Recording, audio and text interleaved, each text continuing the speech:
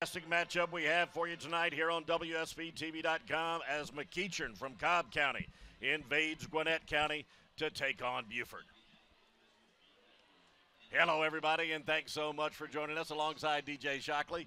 I'm Van Earl Wright, and a great matchup tonight, and it could have been even a little bit better, DJ, because McEachern comes in having lost their season opener to North Gwinnett and lost their really superstar player, Taj Griffin, so they're going to try to replace him with two guys. Yeah, and that's the only way they're going to be able to do it because Taj Griffin was huge for this team, and it's going to be done by committee. You're looking at the first guy here, Michael Walkbauer, good-sized running back, like we talked about. It has to happen by committee. He's quick, he's fast, he's elusive.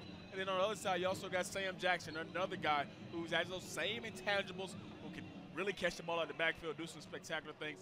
But both these guys are going to be needed tonight if they're going to get a big win versus a defense that hasn't given up a touchdown all year. So it's going to be interesting to see what happens. Buford hasn't given up a single point through their first two games. I mean, you're talking about a high school program that is par excellence. It is definitely Buford High School. They are loaded with players, including their number one player on their roster. Yeah, you just talked about their defense. This guy goes both ways for him. Number one, Josh Thomas. He plays running back. He also plays linebacker. He does a lot of things for this defense. Coach talks about him being a leader, being emotional, being very versatile on everything he can do. So you look forward to him being all over the field tonight. He probably won't come off the field, but that's why he's a leader and a captain of this team, been started since a sophomore.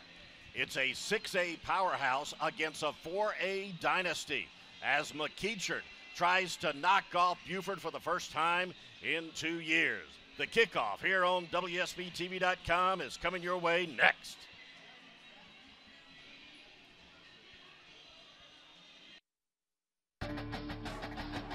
Channel 2, Friday Night Football, WSBTV.com.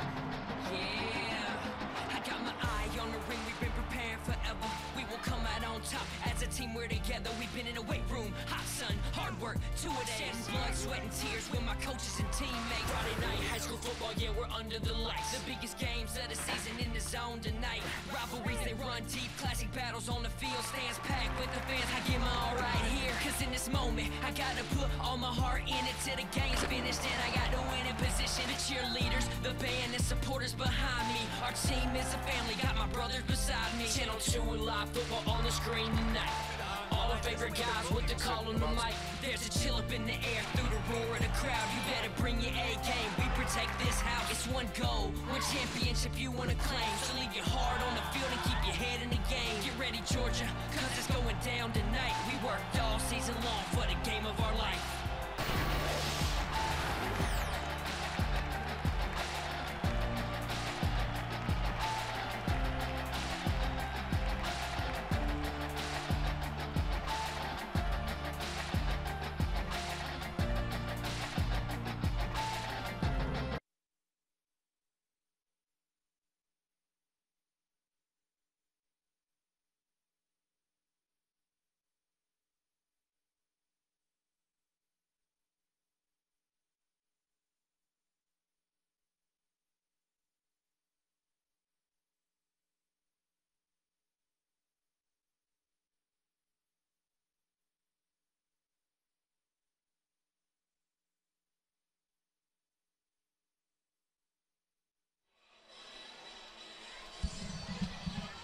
Team 4.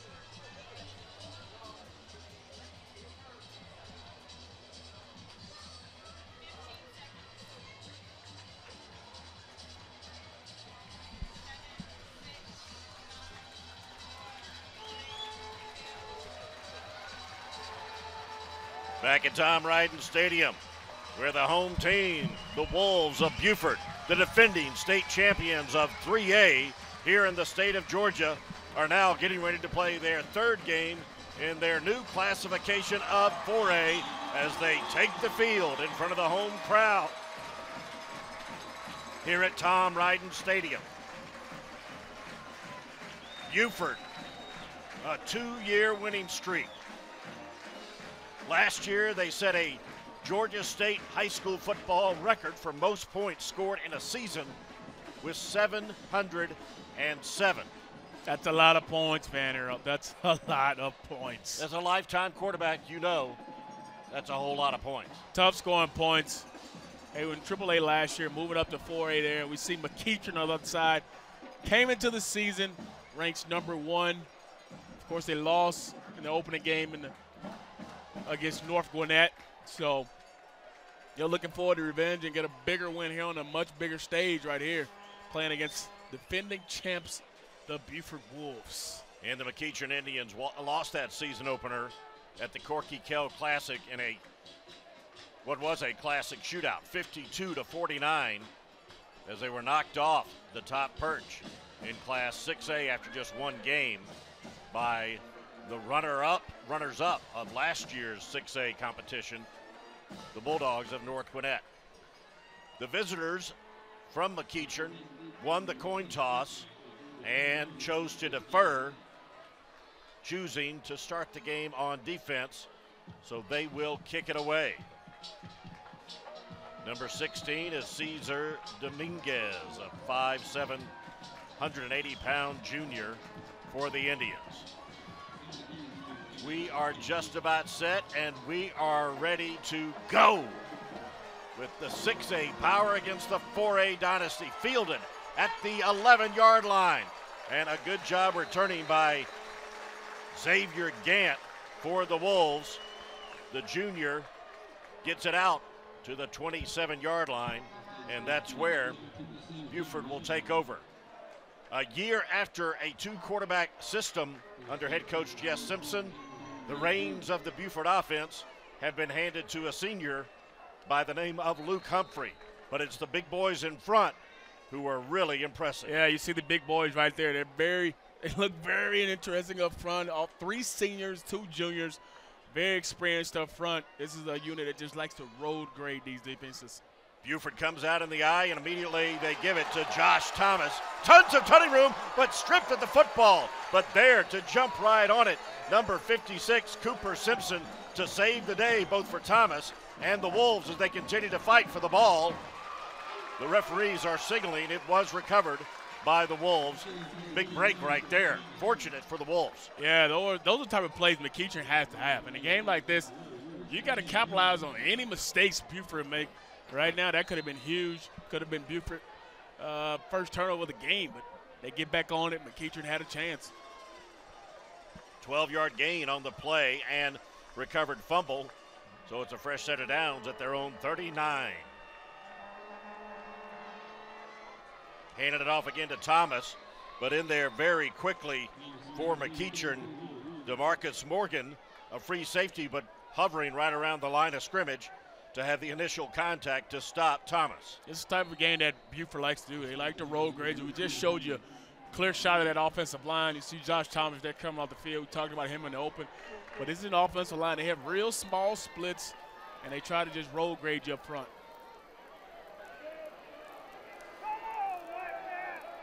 Referee allowing Buford a late substitution. And they are ready to go for 2nd and 9. Man in motion coming this way. That's 21, Xavier Gant.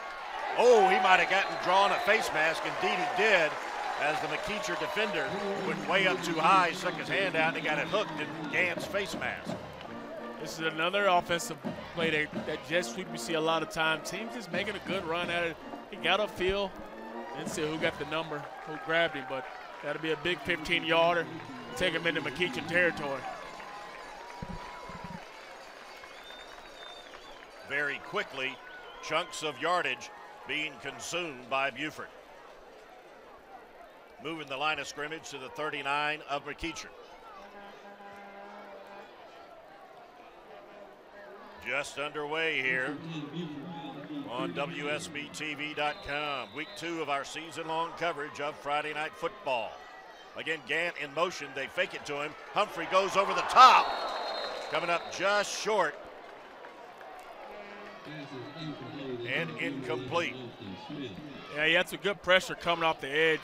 They had exactly what they wanted. They came back with the same exact play, the jet sweep. They faked it and had him going up the sideline. They had him open, just could not finish with the big play on him. Intended for number 11, Austin Smith.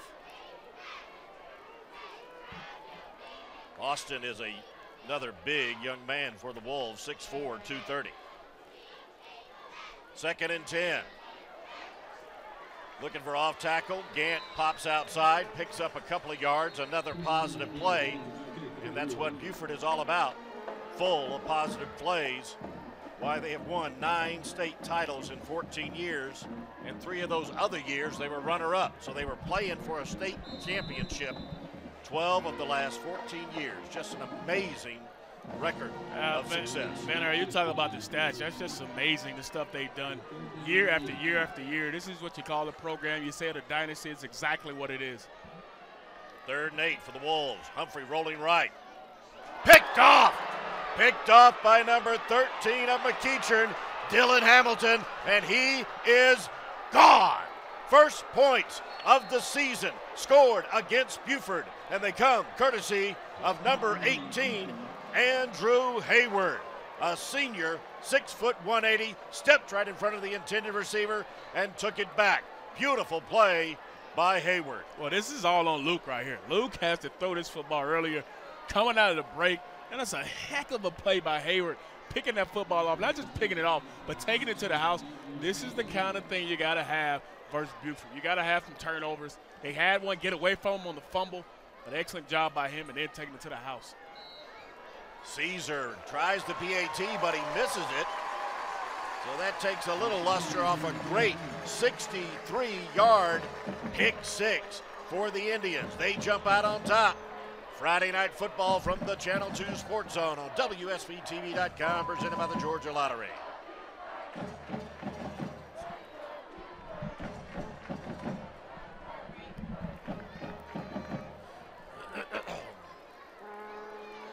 Do you need to confirm that, or you're on it? Okay. Yep.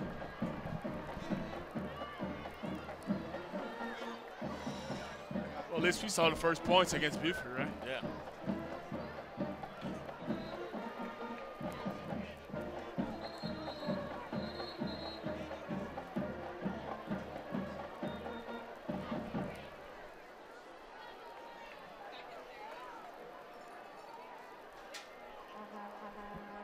Check. Hey. Hey.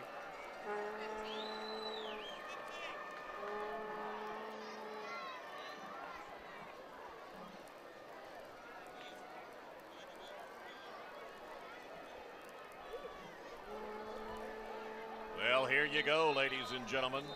First points scored on Buford this season. First points they've given up since last December's state championship game where they defeated Washington County to win the AAA title 35-19. That's got to boost the spirits of the visitors. You know what that started with? They had a 3rd and long on that particular play. Buford's not used to being in 3rd and long situations. They like to roll grade you, get it to 2nd, 3rd and short, run it. They went 3rd and long, forced to throw the football, rolling out. Hayward just sitting back there waiting on it, and he made a huge play on it. So Dominguez will have his second kickoff of the game, and once again, number 21 for Buford, Xavier Gant, is back to receive as he has to reset on the tee.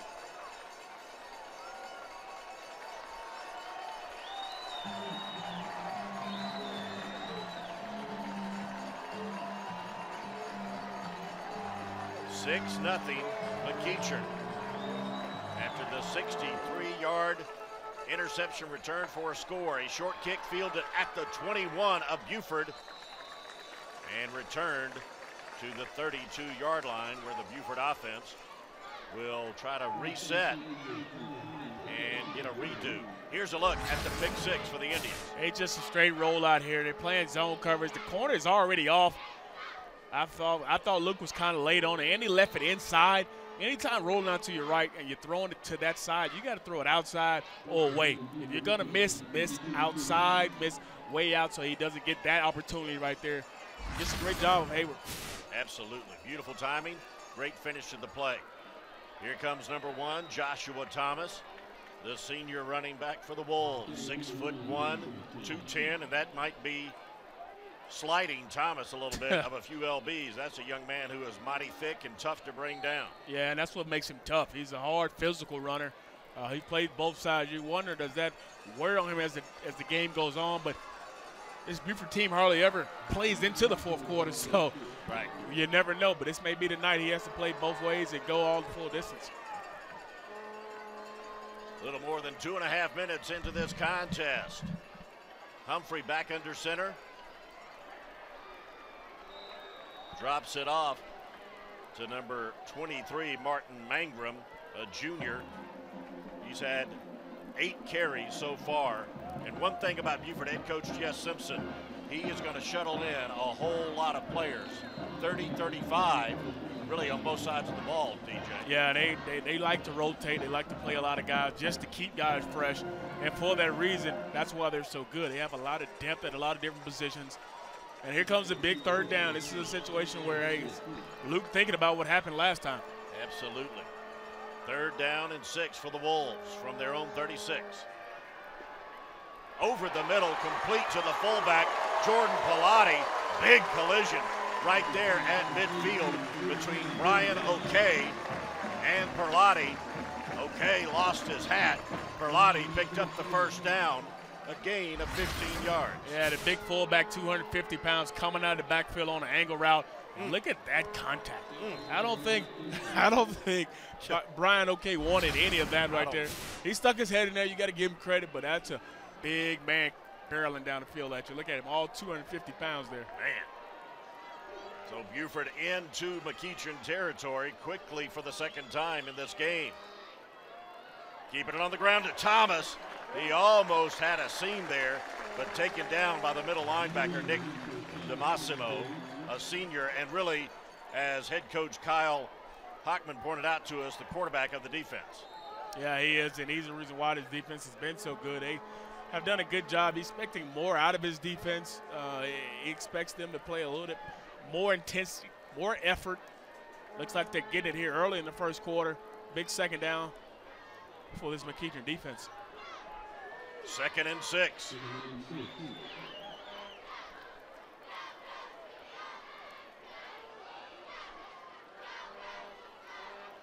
Pitch to Gant. Good penetration in the backfield that time by Tavon Johnson, a senior defensive tackle for the Indians. Yeah, good job of Tavon getting some good penetration. That's where that play stopped. You allow these guys to get running, especially on this toss sweep, allow those linemen to get out on the blocks. That's a good job of them getting some penetration by Tavon and making a huge play. Also on the outside, Julian Rochester, defensive end, very big, massive kind of guy, 6'5", 290. Looks all of 290 right there. But he's a guy who's wreaking havoc, and coach say, hey, he's been recruited by everybody in the country. I mean, everybody. Right now, some of the top contenders, Georgia, Alabama, Florida State, and South Carolina, as Buford hands it off to Gant again, who gets it down to the 45-yard line of the Indians. But we're talking about Rochester, the defensive end for McEachern, number 99, 6'5", 290.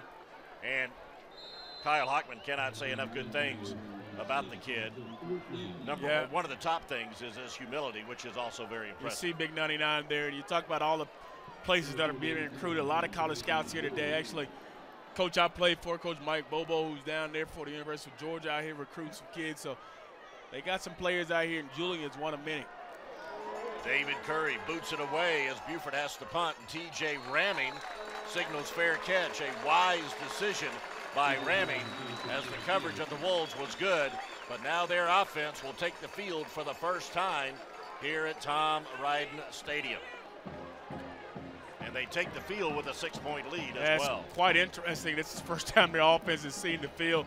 And you got to wonder, are they ready? Are they antsy? But it's a talented offense as well, who can put up some points. Coach Hockman is extremely excited about this offense and can't wait to see his son, Bailey Hockman, a sophomore, run this offense. Bailey threw the ball 28 times, and you saw the tailback, Wagbara, one of our players we featured in our open, move too quickly, and that's a bad idea for a penalty when you're starting out on your own 10-yard line. That'll back it up to the 5. Now what you needed, you don't need to be backed up in your own territory versus a defense who doesn't give up any points. You already don't give them anything. So starting this series out 1st and 15 is not good for this McEachern Indian team. I was about to say that Bailey Hockman threw the ball 28 times in the opening loss, completed just 10 of those passes. Threw for 300 yards, though, so he has some playmates out there, though. Plenty of playmakers on this McEachern team, even though they've lost the biggest one. Taj. Here's the handoff to Wagbara, picking up a couple of yards on the right side. We talked about in the open, both these guys, Sam Jackson and Wagbara, having to take the load up for #1 recruit in the country and running backs by a lot of people, Taj Griffin. So they're looking forward to seeing both these guys in the game right now. And here's another one of their playmakers, Tyler Smith, number 2, DJ. Yeah, Tyler Smith is one of the receivers where they expect him to make a lot of plays. The thing about Tyler is he actually will play a little quarterback tonight as well, Coach Hockman talked about. 2nd and 12 for the Indians. Hockman chased in the end zone. And the Buford crowd wants a safety, but the referee signals an incomplete pass. And Hockman got the ball away in time before his knee touched in his own end zone. Yeah, he got the ball away just in time. He had that good sense. It's a good thing, because if not, they were barreling down on him. Gets a lot of penetration. You start 1st and 15. That's the reason why you're so backed up now. It's 3rd and 14. And you see the big defensive lineman there getting the pressure. Shug Frazier, all 330 pounds. He's a junior in high school, and he's 6'3", 330 pounds. Shug's a massive guy. He's a true nose guard, and Coach said he also will play tight end better. I'm looking forward to checking that out. Here we go, 3rd and 14 for the Indians in their first possession of the game, and they go straight up the middle on a dive play. Kyle Hockman, the head coach, who is the play caller, keeping it conservative, so deep in his own territory as you look at Shug Frazier again. That's a big, massive individual right there who can move and can run. Coach talked about him being athletic. Look at him. He's a big athletic guy who can move around, and I'm sure colleges are just foaming at the mouth for a guy of his size who can do a lot of different things. And that is head coach Jess Simpson you saw talking to Frazier. Simpson wearing the black shirt tonight. Coach said they might throw him a bone tonight and throw him a pass at tight end, Werner. I know you may look forward to seeing that. So Chris Hernandez is back to punt for the Indians in the middle of his own end zone. And standing at the 44-yard line is number 22, David Curry, set to receive as the referees step in and whistle delay of game against the Indians, which will back up the line of scrimmage 5 yards closer to their own goal line. Well, now you're starting to steal a little momentum back that you already gained away when you got the pick 6. So now you're just taking that momentum right away. Bad things can happen backed up here. You don't want to block punt, but they obviously don't get great field position already off this punt being backed up. Oh, the punt was blocked. It's in the end zone and recovered by the Buford Wolves. Safety. You know what? I don't even think it was blocked. I think he kicked it into his own player. Right. I believe you're right. His up man, that's what we just talked about. He being so close, being so backed up in the end zone. He kicked it. I think he kicked it right off his inline guy. But still good pursuit and pressure by the Buford punt return team. The front line getting in there and forcing Hernandez to kick too soon and right into the back of his own teammate. And that's ruled a safety as Buford gets on the board with 4 minutes and 21 seconds remaining in the first period. Check out 22. Watch this. Watch it. As he steps up, and he steps back right into him. And he felt it. I don't know why the kicker was so close. He still had 2-3 yards. He could have backed up. But that's on the kicker. He has to – you don't want your running back to step back into him at all either, but you also got to – you got to give yourself some room. So you saw that the ball was not recovered by anybody, went out the back of the end zone, so that's why it was a safety. And it's a 6-2 baseball game here in the second inning. This is a good baseball score here. Not really good if you're a football fan, but didn't expect this kind of score to start the game. Yeah, McEachern, it started pretty good for him. Now it's starting to go the other way. Definitely in Buford's wheelhouse now. 44-year-old Jess Simpson in his 9th year as Buford head coach. A record of 124-8. That's insane numbers. Come on, man. 124-8. That's not even cool. How do you? That's just great coaching. He say it stems from the foundation, having good players, understanding their concept, and do some good things here at Buford. So Evan Cooper is back to receive the punt from 88 Chris Hernandez. This time he has nobody in his way. And it's fielded by Buford at their own 34-yard line by Xavier Gant. Good coverage by the Indians. Tackle made for McEachern by Kevion Smith. All right, Buford's offense hasn't done much in this first quarter. The pick 6 early by Luke Humphrey wasn't ideal. We know they want to run the football, but now's the time where the offensive line gets involved in this ball game. Well, seeing a quarterback underneath center is already interesting that he's under center this many times as Humphrey completes the pass on the crossing pattern to number 26, Avery Turner. And what's so successful about this play is the naked bootleg going out to the right, but you see the linebackers, they're all in the line of scrimmage because they run the football really well. And that leaves them wide open. That's why plays like this work when you can run the football. Another double-digit gain for the Wolves. This time a 14-yard gain. 1st and 10 from the McEachern 42. Back to the ground game. Nothing brewing there. Good job of McEachern on 1st down. Stymied up in the middle, and you got to think about the big guys up front. For McEachern, Tavon Johnson, Andrew Tarver. We've already talked about Big Julian Rochester up there. They got some stout guys in there. You see Tavon Johnson right there, 52. You see 37, Josh Ahonu. A lot of beef up front, stymieing in the inside. Gain of just 1, so 2nd and 9 for the Wolves. Direct snap to number 6, Evan Cooper. Found a few yards on the left side, but not much. So it'll be about 3rd and 5 for the Wolves. Buford comes in with a little wildcat, trying to get Cooper some touches. Obviously, he's a guy who they want to get the ball to in space. Not much brewing. McEachern didn't really play anything different. But here's another 3rd and long situation for this Buford offense that they're not usually in throughout a game.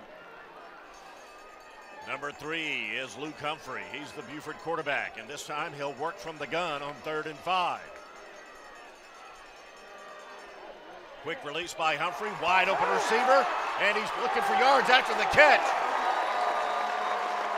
Caught by number 18, Isaac Nada, a key player offensively for the Wolves. Another double-digit gain, this time 19 yards. McEachern comes with the all-out blitz, man coverage, covers 0, you call it, nobody in the back area. Good job of Isaac Nada. You talk about Isaac, Coach said he's probably our best receiver, even if he plays tight end. He's their best receiver threat they have. He's had a foot issue of late, but he's out playing tonight. 1st and 10 at the 20. That pass by Humphrey that time a little off the mark. Intended for Christian Turner. Buford changing their ways a little bit, trying to throw the football a little bit more here in this first quarter. The run hasn't been ideal, but they're definitely throwing a little bit more. That's a play they got to have on 1st down. Simple hitch right on the outside. Luke has to find a way to bring that down. Humphrey discussing the play with offensive coordinator Neil Auer, who's in his 9th year at Buford, and a whistle stops play. Timeout called by the Wolves. 2:29 remaining here in the first period. McEachern leading 6-2 thanks to a pick 6. 63-yard return for that 6 points. PAT was missed, and Buford has the football in the red zone of McEachern, looking for their first touchdown of the game. Yeah, I think Buford's trying to find a way to just capitalize on stuff they've done early. They haven't really ran the football well. They threw it a little bit. You see the big tight end, Isaac Nata there, who had a big catch right there on third down to convert it on third down. Buford wants to be better. They have to be better in this first quarter running the football because that's their identity. Their identity is running the football.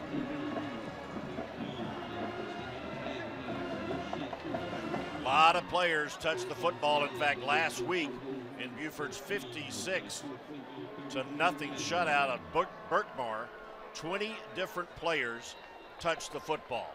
And that is really amazing, especially on the high school level and on the 4A level. That is. And that means they have so much depth. They got so many guys who they can depend on and feel they good about, especially getting them the football. 20 guys, that's a lot of people. 2nd and 10 now from the McEachern 20 for the Wolves. Humphrey rolling right. Has a receiver in the end zone. Caught. Touchdown, Buford. Isaac Nata, number 18, the tight end, a 20-yard scoring play. That's a nice throw and maybe even better catch by Isaac Nata. The junior, he's only a junior, so he's going to be looked at by a lot of people, but great job of getting on the corner. Luke had opportunity to run it if he wanted to, but Isaac was able to get his feet in bounds and come down with that. Matt Bonadies on for the PAT. And it is good.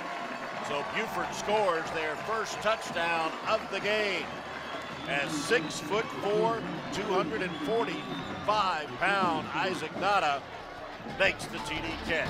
Friday night football from the Channel 2 Sports Zone on WSBTV.com, presented by the Georgia Lottery.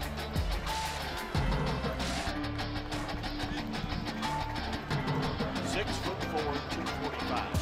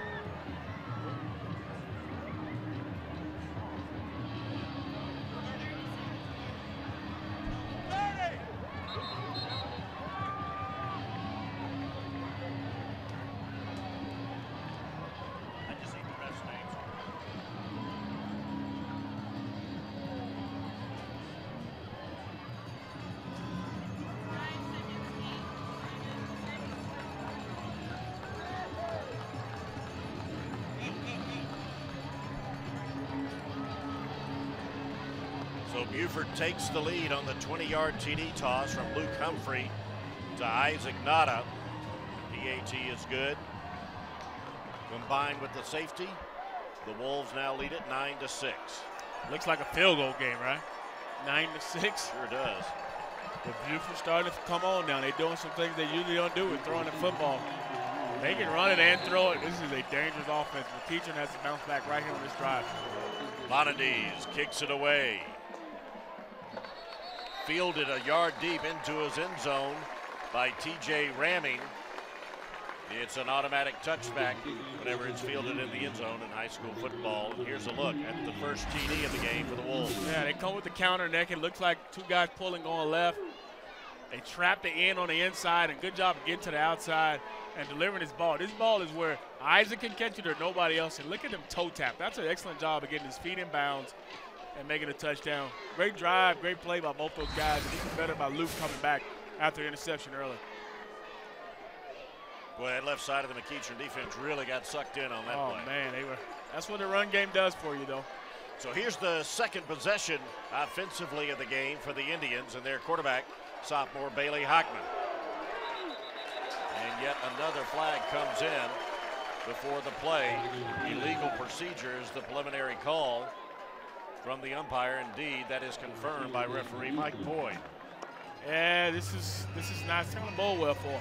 They can't get behind the chains with this Buford defense that's used to shutting people down. It just can't happen. And this Buford defense is relentless. I mean, the pursuit of all 11 players. Again, another flag, and it looks like another illegal procedure. This is the defense, man. In 2013, they only gave up 7 points a game. They averaged only giving up 7 points a game. Now they're doing something to get in the minds of the McEachern offensive line right now. 2 successive illegal procedure penalties. A loss of 10 yards, so it's 1st and 20 for the Indians.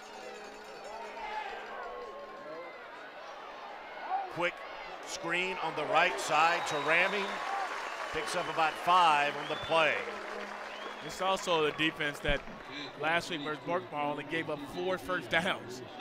So they definitely are fundamentally sound up front, and they run to the football, as you can see there. They had screens coming from both sides, and linebackers felt it out. You saw about Josh Thompson there making a big play. You see the big guy, Shook Frazier up front. Go look at Bailey Hockman there screaming out the defense there.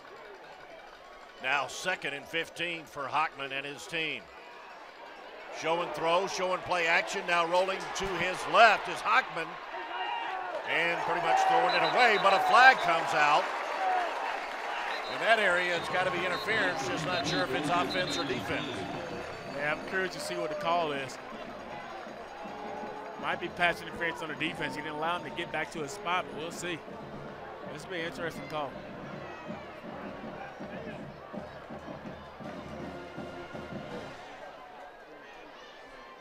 Jess Simpson looking offensive pass interference.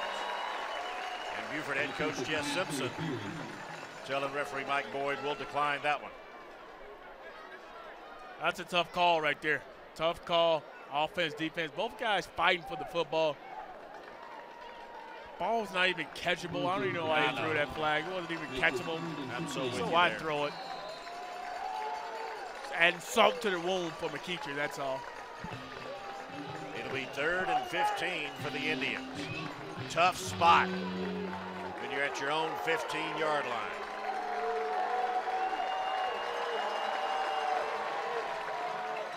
Hockman, little misdirection. Giving it to number 1, Sam Jackson, his first touch of the game.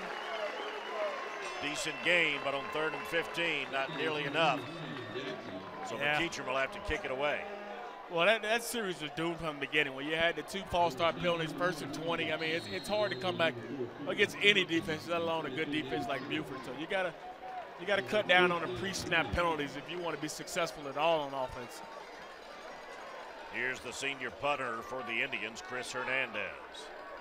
Back deep for the Wolves is 22, David Curry. And Hernandez was lucky to get that one away.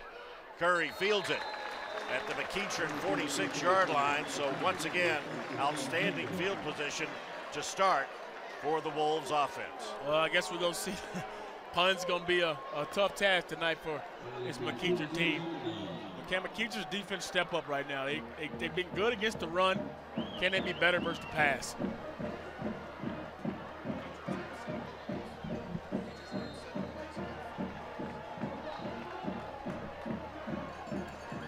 Luke Humphrey working back underneath center on 1st and 10 from the Indian 46. The pitch right side to Gant. Again, good pursuit, as DJ pointed out, by the McEachern defense on a run play.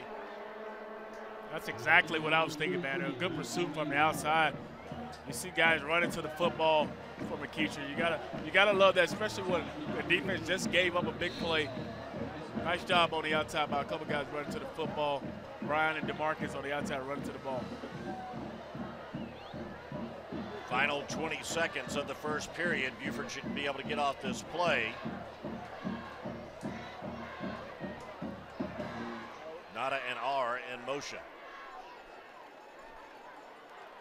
Martin Mangrum, the ball carrier, button heads. And it looks like getting it across the 40-yard line. And that will bring us to the end of the first quarter here at Tom Ryden Stadium. Buford with a 9-6 lead. The Indian offense sputtering so far through this first quarter of play.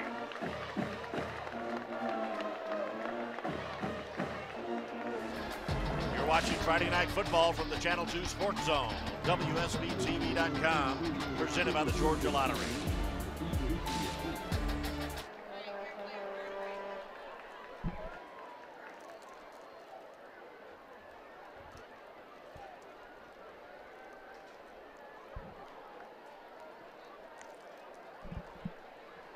So a little bit tighter than. Good. Yeah. I like it. I'm glad. So you said 7 McEachern plays, 4 penalties, and 1 safety. That's what they got. Oh. Great stat.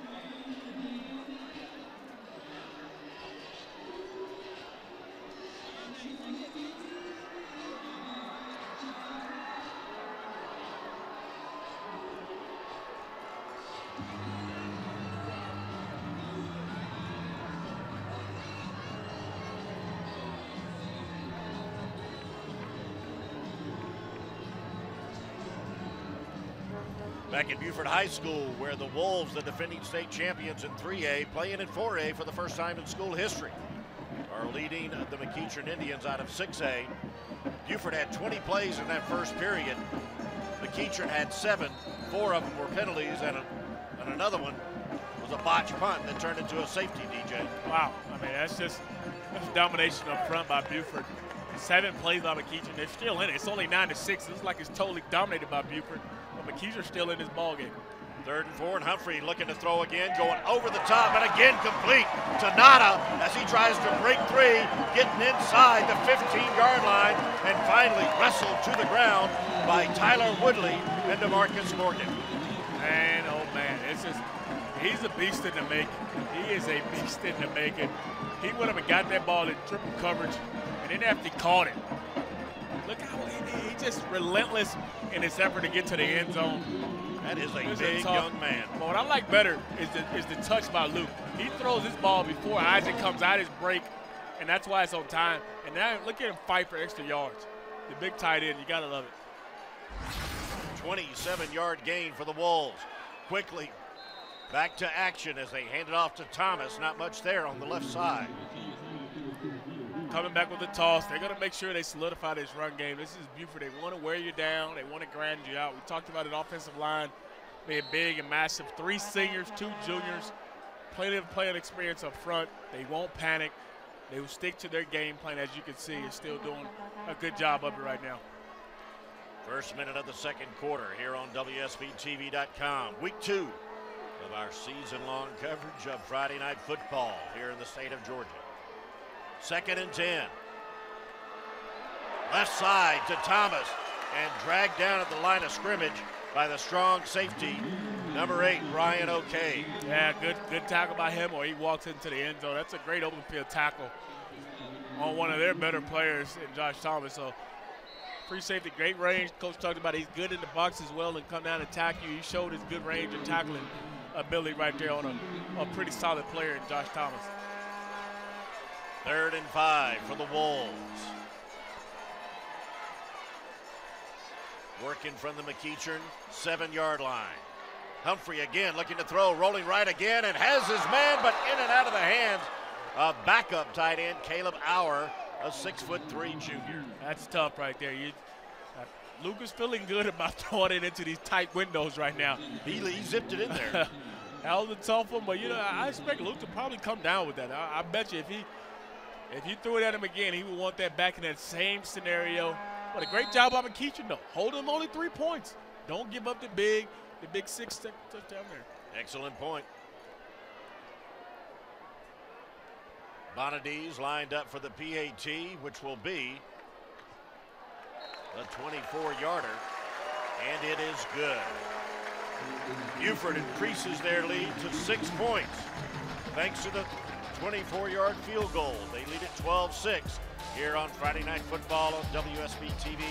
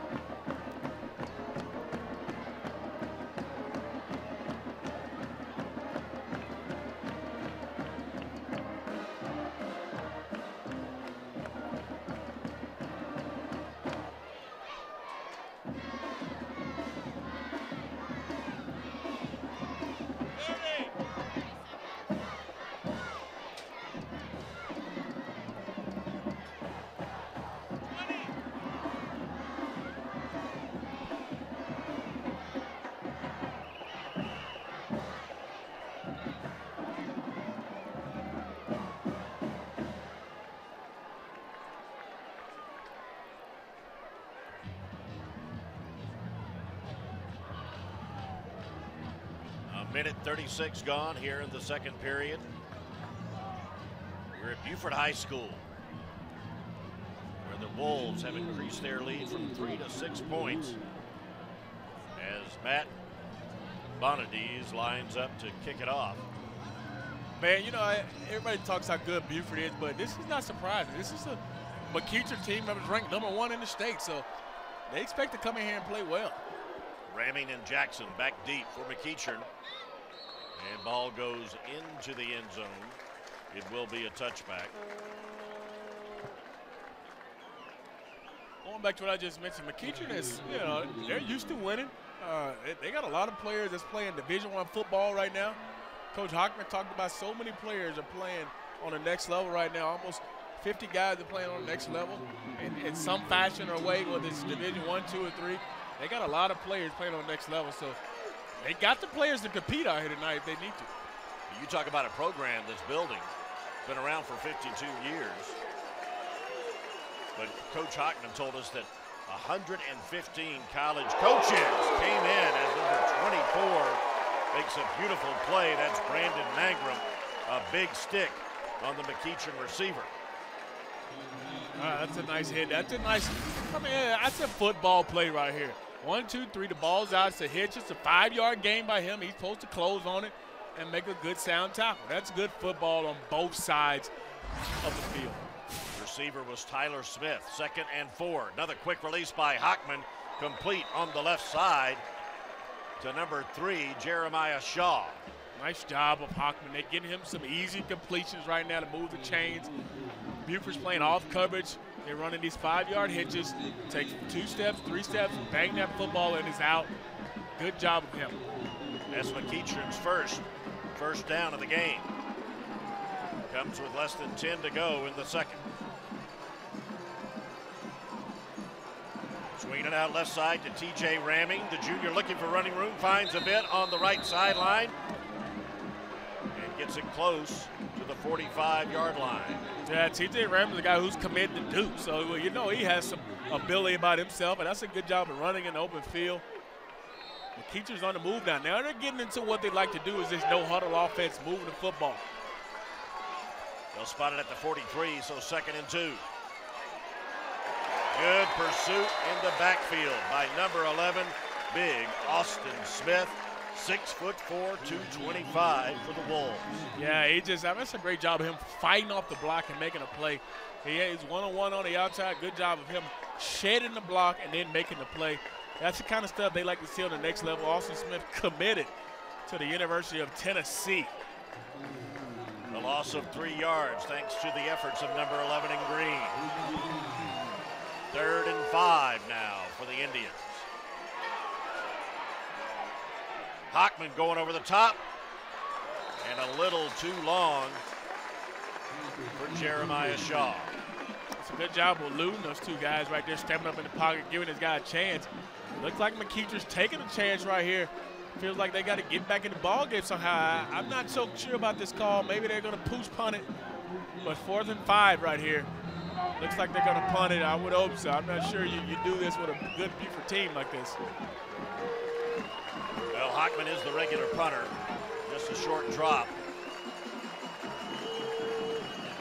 Hockman standing at his own 32, and yes, as you said, DJ, he almost hit it into his back front up man again, but this time he gets it away. Pretty good kick. And it'll be down inside the 15-yard line of Buford. So for the first time in this game, Buford starts offensively deep in their own territory. But just when McEachern were showing signs of getting it going offensively, big Austin Smith comes in, makes a play on 2nd and 2, makes it 3rd and 5, and then 4th and 5, and there you go. Yeah, that's the huge play that stopped that drive. They were being so good on 1st and 2nd down, and positive plays, and that ended up not being positive for them and losing yardage. So not a good thing you wanted to stop your drive. And you see Austin Smith right there. Kind of limping away. And it looks like he got tangled up on that play. Maybe we can go back and see what happened. It looks like he got tangled up on that actual play he made the tackle on. So the Wolves offense starts from their own 13-yard line. Humphrey under center to Thomas. Nothing there, straight up the middle on the dive play. Yeah, Buford's going back to what they like to do, bread and butter. They want to grind you out. We talked about wearing a McEachern defense down, but this is McEachern defense that likes to get in there and shake it up some.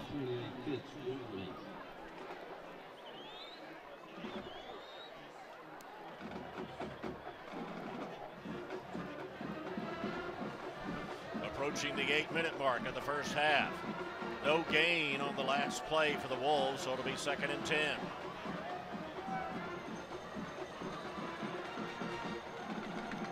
Are in motion. The pitch on the left side to number 6, Evan Cooper. He gets it across the 15 out to the 17-yard line. And here's the replay going back to seeing what happened. Austin Smith on the play. You see him come from his linebacker position. That's actually the first completion play. We'll get that to you in 1 second. That was the play made by Martin Mangrum on that first down of the McEachern's Indians' last possession. So a gain of 4, now 3rd and 6 inside their own 20. Working from the 17 is Buford. Shotgun snap to Humphrey. Cooper found a little seam on the left side. And I believe that's enough for a first down. They're going to be shy. Yep. I mean, that was a good job. He had a little seam. He almost got through there. You see, he's kind of angry at himself because he almost had a chance to get in there, but not able to pick up. And great job, McEachern's defense right there, stepping up to the plate, making this a tougher game than everybody expected. Yes, David Curry back to punt for the Wolves, their first punt of the game. Low snap. Curry able to get it away. Kicks it out beyond, well, sailed out of bounds, just shy of the 50-yard line. So this time the field has flipped, and McEachern will have excellent starting field position for this possession. I'm sure McEachern would love, to take all 6 minutes off this clock, go down and score, and then get the ball at halftime. Even though that's not how their offense is built. they're not built like that. They're built to play fast. But in a game like this, you got to do what you got to do. Buford's not really known for throwing the football, and they've done it in this first half. Very well. Quarterback Bailey Hockman continuing to work out of the shotgun and continuing to look to the air. Has a receiver, number 21, T.J. Ramming, but he overthrew him. So it'll be 2nd and 10 for the Indians. And here's what Luke has to do. I mean, this is Bailey. Bailey has to do. He has to throw this ball early. He has him wide open. If he throws this ball earlier, he gives this guy a chance to catch it and get upfield. But he waited so late to throw this football. And he almost looked like he double pumped it. You know? I mean, they had exactly what they wanted. He's got to stand in there and throw the football. So 2nd and 10 from the Buford 47-yard line for the team in white.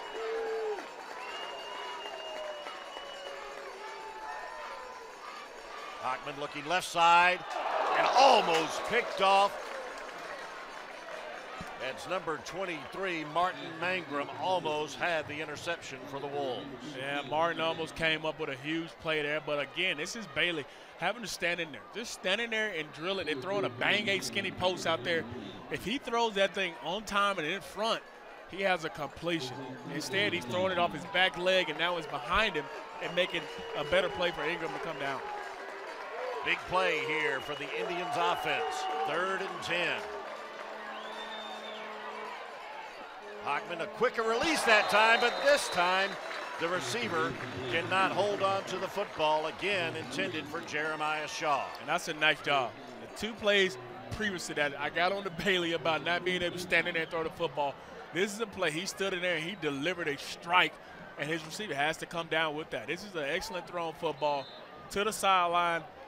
You got to get some help. Got to get some help on the outside. Again, the quarterback Hockman is also the punter. Lined up very short to kick it away. Checking over to his dad, also the head coach, Kyle Hockman, for final instructions. Kicks it away, and that takes a Buford bounce into their own end zone for a touchback. So they'll bring it out to the 20-yard line. 6 minutes left here in the second quarter. Buford with a 6-point lead. And once again, taking control of the football. One thing that drive didn't do was take time off the clock. They threw it 4 straight times. No time ran on the clock. Buford has plenty of time with 6 minutes to run the football if they like, or keep throwing it like they've been doing. But McEachern did not do a good job of any type of time management there if they wanted to take some time off the clock. Humphrey back under center for the Wolves on 1st and 10.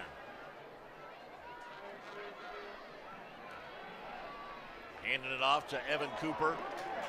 Big fighter, but also wrestled down on a big tackle. Fitz Watley, a combo DL and linebacker. In the McEachern defense, they call the position joker. That's a good job of Fitz, though, sticking his head in there. He's only 190 pounds, but he's in the trenches right there, sticking his head in there, making a big-time tackle. Coach said sometimes we'll stand him up, sometimes we'll put in the 3-point. And Fitz is committed to Coastal Carolina, so he has some skill about him. 2nd and 5 for the Wolves. Humphrey rolling right, has a man, and it's caught by number 24. That's Brandon Mangrum. Nice job of Luke right there throwing that football on the run. With some pressure in his face, delivering the football. It's kind of what Buford wants to do. You see they like to get Luke on the move a lot. You see him on the roll. He gets beat to the inside with pressure and still delivers an accurate football. That's a nice job by Luke. Good enough for Buford first down. Talk about ball control. Boy, does this football program ever epitomize that. 1st and 10 for the Wolves from their own 31. Whistle blows the play dead.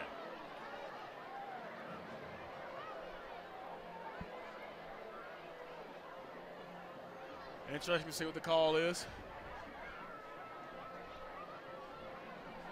A false start on the offense. I believe that's the first penalty of the game against Buford. It is.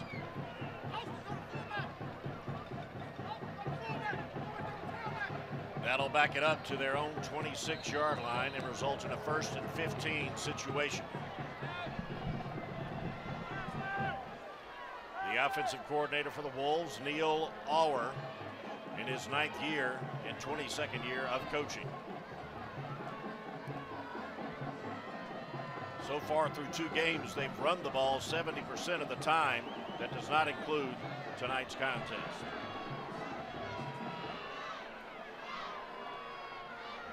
Humphrey looking downfield, over the top and complete to Austin Smith. Again, as DJ pointed out early in our webcast, he's mainly a defensive player, but head coach Jess Simpson will put him in there on offense and come through with plays like that. Yeah, great job of sneaking him in. He's actually playing a little bit kind of inside the linebacker there, just sneaks inside of him. Good touch pass by Luke, and then coming down with it. You can see the defensive player in him, kind of fumbled a little bit, but good catch. You see he's still limping a little bit. It's good to see him back in the game. Looks like he's favoring that right ankle.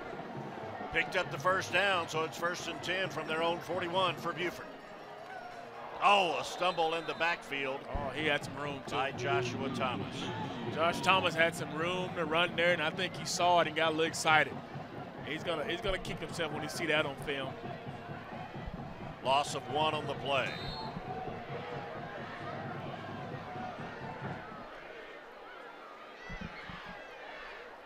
And this is kind of the offense that they like.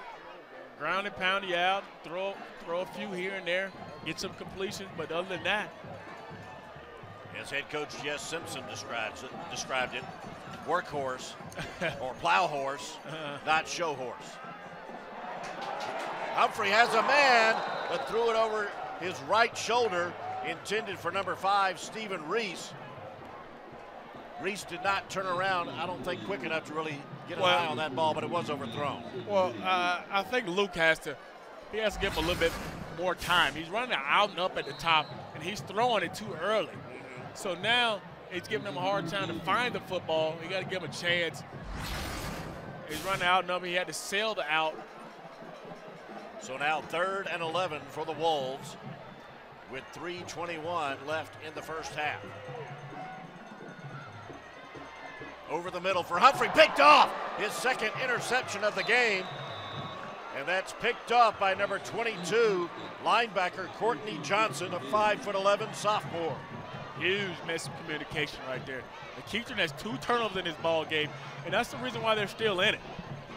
Quarterback Lou, he's got to do a better job taking control of it, but well, he's been playing well, but that one was definitely not characteristic of what he's been doing. This has to be a miscommunication. He obviously expects his receiver to do something else. He stops on him. Keep running. He actually just stopped on him, so that makes Luke look bad there, but obviously we know it's not always on the QBs, Van Earl. We don't always. I hear you. It's not always on us.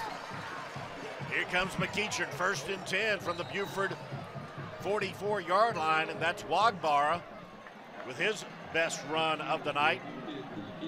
Yeah, both teams got plenty of timeouts left. Got 3 minutes to go in the half. McEachern needs to get something out of this. They need to get 3 points, or they need to go down and score to feel good about what's going on in this first half. With everything that's happened, Buford's controlled everything, but now McEachern has a chance to really put a footprint on this first half. And now they're taking their time getting the play in, and head coach Kyle Hockman is going to have to call timeout and talk things over with his son, the quarterback, number 10, Bailey Hockman. 2 minutes, 32 seconds remain in the first half. McEachern, courtesy of a Courtney Johnson interception, McEachern's second pick of the night, trying to end the first half on a positive note and possibly take the lead. And here's what the defensive coaches are telling Buford right now. Do not give up the big play. Keep everything underneath you. Don't give up anything cheap. Let them have everything underneath, but do not allow the big play right here. In other words, keep everything in front of you, boys. Absolutely. For the Indians, they really haven't. They kind of saw a glimpse of rhythm offensively. And possession 2 possessions ago, but they really haven't done much offensively. Yeah, it's been a disappointing offensive showing. They've had good times, they had some bad times, but here's a chance to dismantle all that and make something happen here with 2.5 minutes to go before the half. 2nd and 7 from the Buford 40-yard line for Bailey Hockman and the Indians.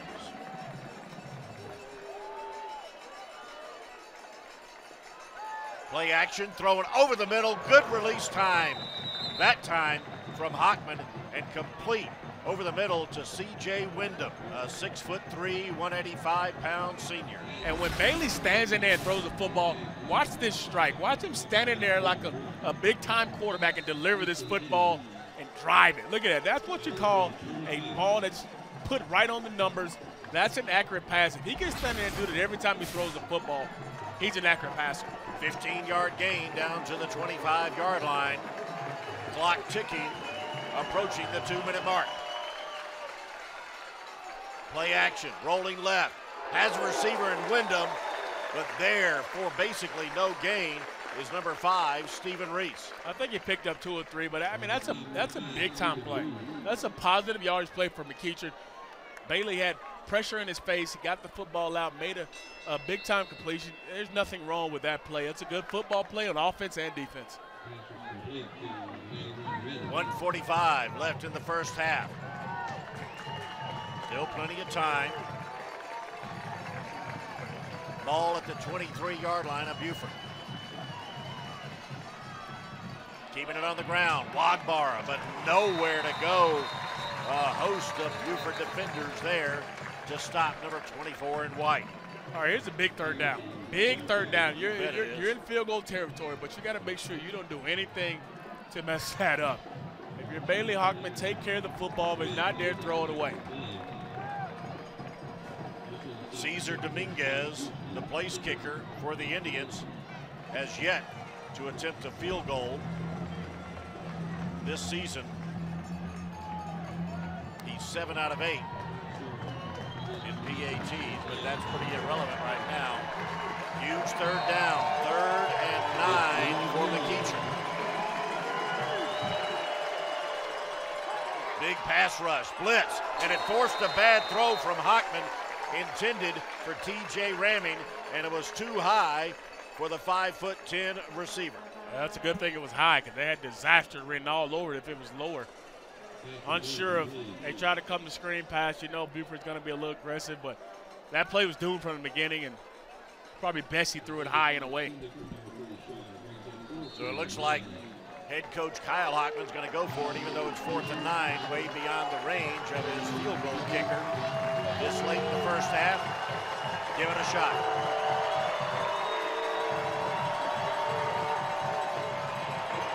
Hockman chase out of the pocket, looking for a receiver, going to the end zone.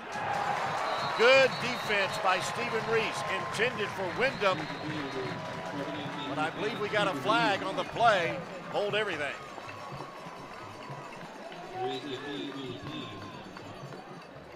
It's on the offensive side of the field, so holding, yep. Holding declined, of course, by Buford, so they will take over on downs. 1 minute, 9 seconds remain here in the first half. That's a big, big, big stop for Buford coming up on there, not giving up any points, especially after giving up good field position, having a chance to get the ball back after interception. McEachern unable to do anything with it.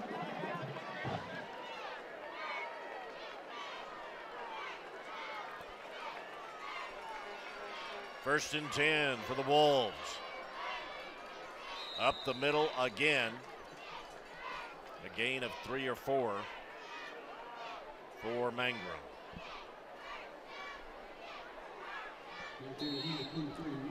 I think they're going to be content to run this clock out and get into halftime. Why not? With this lead. I don't think either side's played their best football. I agree with you there. But I think Buford will be happy to be going in with the lead, and I'm sure McEachern is even happier that it's not worse than it is. Again, Mangrum, the ball carrier. This time he'll be dropped for a loss. Connor Charlton, a senior linebacker, first one there. Lost his hat. He'll have to sit out a play.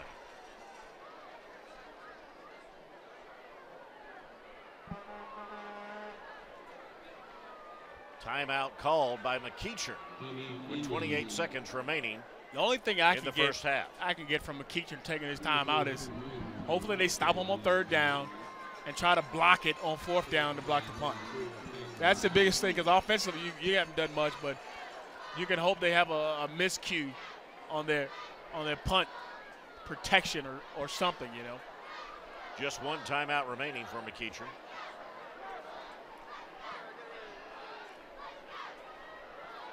(12-6), 30 seconds to go. Big 3rd down. Will Buford say, hey, let's try to throw it one more time? Will they try a screen? Will they try something to get one of their key playmakers in open space? Something safe, right, I believe, is going to be the call here. Especially with Josh, 2 interceptions being thrown already. Big Josh Thomas, number 1 right there in green.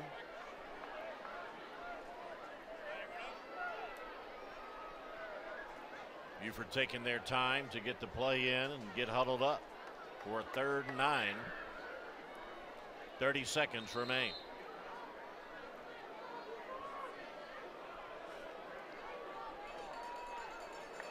Luke Humphrey under center.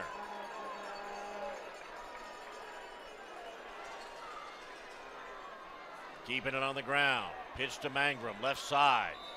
Good strong run, close to the 30, but not near the first down. So Buford will be forced to kick it away with 23. Timeout was called by the referees, and I believe it was called by McEachern. 23 seconds remain in the first half. They did exactly what they wanted. They got to stop. McEachern got to stop, and they can only hope for something to happen here. And I'm sure Buford's in their huddle saying the exact same thing. Be good on your punt protection. Don't let anybody get through your gaps. Hold up, and let's get this punt away. Any momentum for either team going into halftime is huge right now. You're right about that. Especially with it being only 12-6.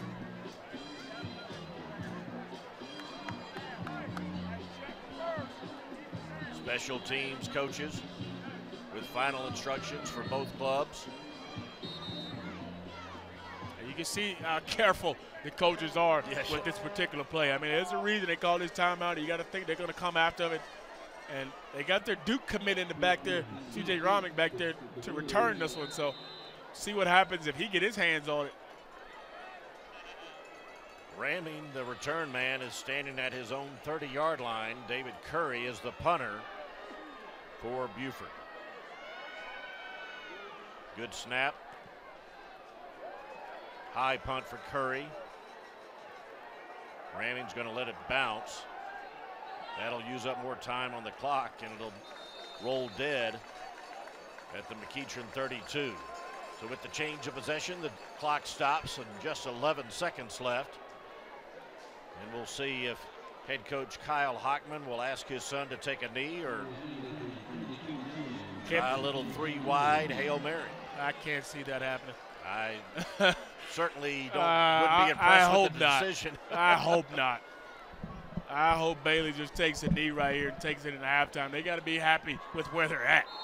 They haven't played good at all in this first half. Had some good, had some bad. Been able to stop them on defense a couple times, but to kneel down and take it in is good.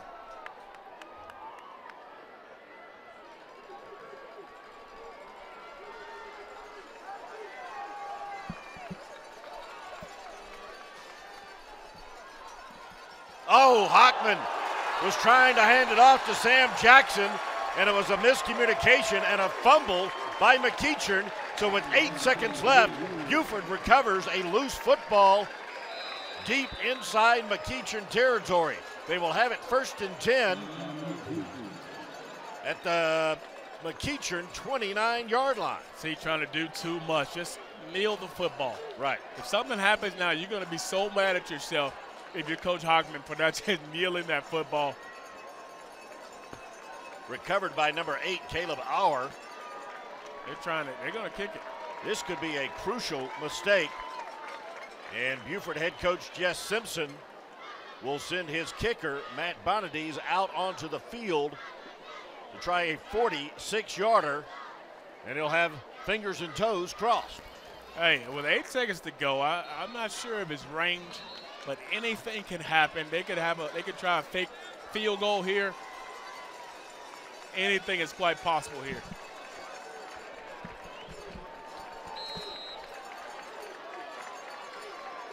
So here goes Matt Bonadies. 8 seconds remain. This would be his career long. He's a senior. Getting into it, but well short as it falls harmlessly in the end zone. Yeah, that was short. I don't think he got all of it. It didn't look like he hit it well. We saw him in pregame warm-up hitting him. He's got a foot on him, but it looks like he didn't hit that football well. Hey, so expect to kneel down right here? I think so. I think so. Just 3 seconds left in the first half.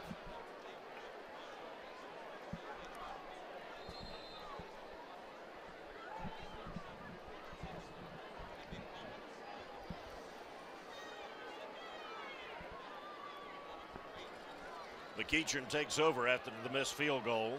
Oh, look at this formation, Van Earl. I'd call that a stack formation, DJ.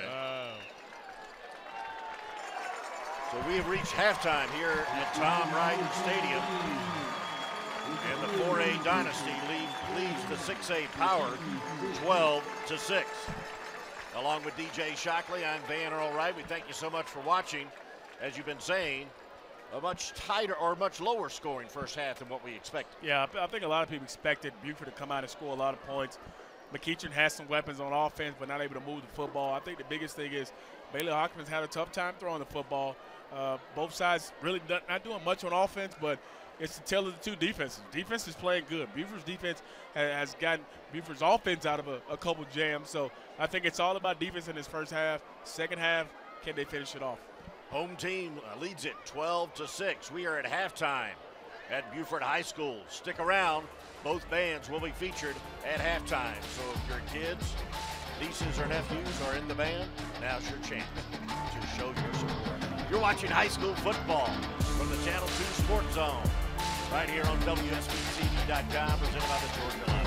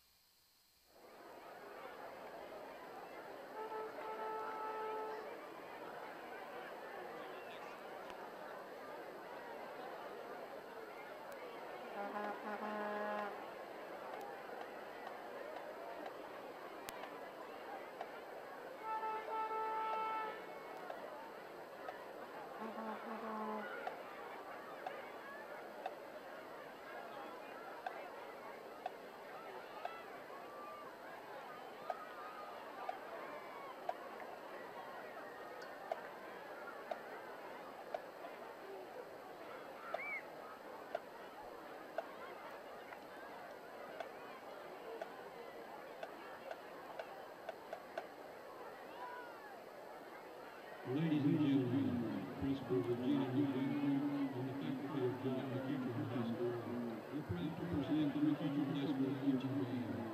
Right under the field, under the direction of commendation, Brian O.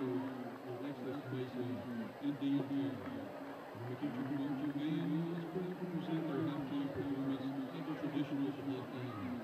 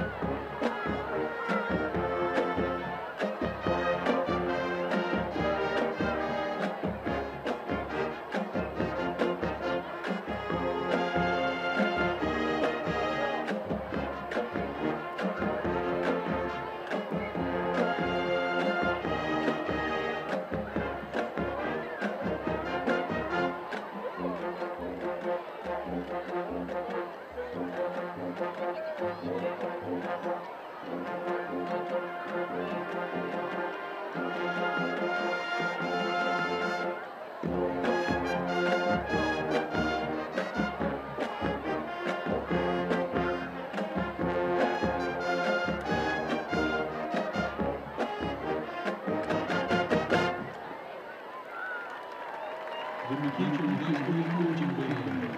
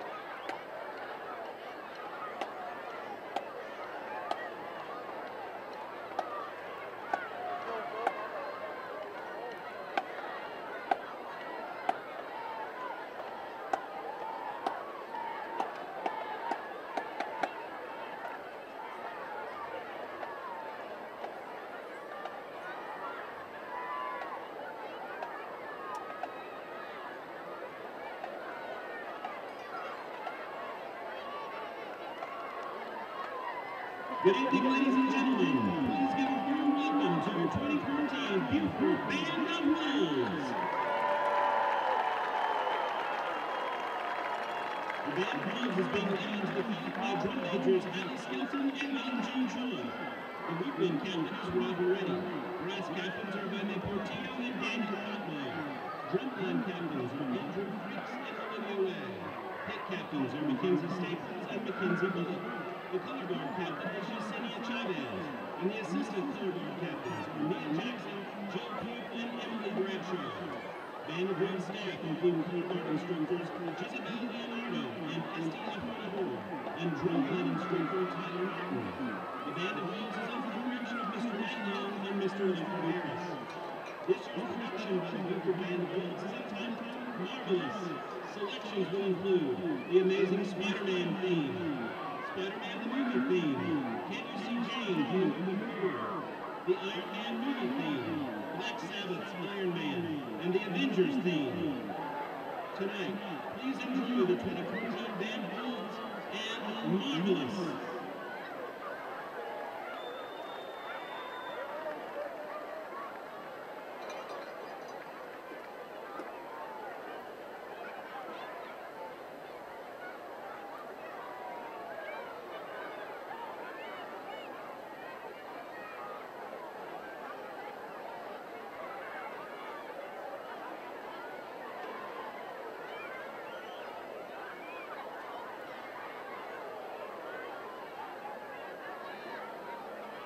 Drum majors, is the band ready?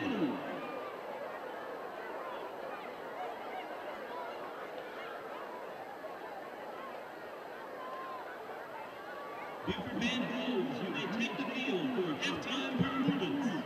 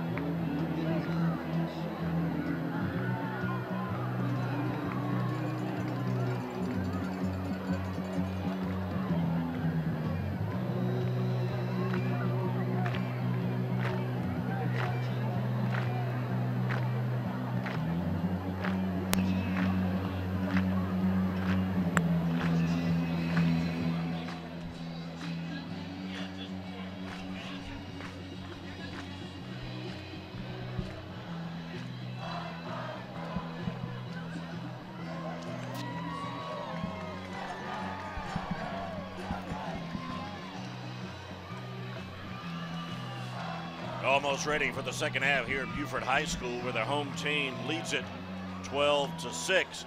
Pretty low-scoring affair in this contest between the 6A Power McEachern and the 4A Dynasty Buford. A lot of defense, a lot of quiet plays, but there was one big play in the first half, and that was the first score of the game, courtesy of the McEachern defense, DJ. Huge Shockley. play by Mr. Hayward coming off the interception.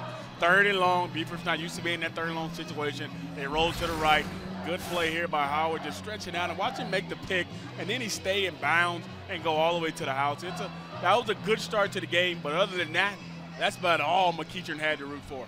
63-yard interception return for a score, the first points that Buford has allowed this year, but then McEachern's offense never really got going, and this was a really crucial mistake on their punt team. Hernandez kicked it into his up man, went out the back of the end zone for Buford's first 2 points of the game. They added a 24-yard field goal, and then Luke Humphrey found Isaac Nada. The excellent pass, excellent throw, and look at the catch, getting 2 feet in bounds and being able to come down with that pass. That's an excellent job by them. Some of the few things they did good in that first half, 12-6. Both teams got to be pretty excited about how it ended, because it could have been worse for McEachern, and it could have been even more for Buford. So each team got something to look forward to in the second half. Defense wins the game, so we'll see if Buford can hang on. He's DJ Shockley. I'm Van Earl Wright, and those are members of the Buford Wolves. Again, this is a football program that has won 9 state championships over the last 14 years. 3 other years, they were runners-up. So they played for the state title in 12 of the last 14 years.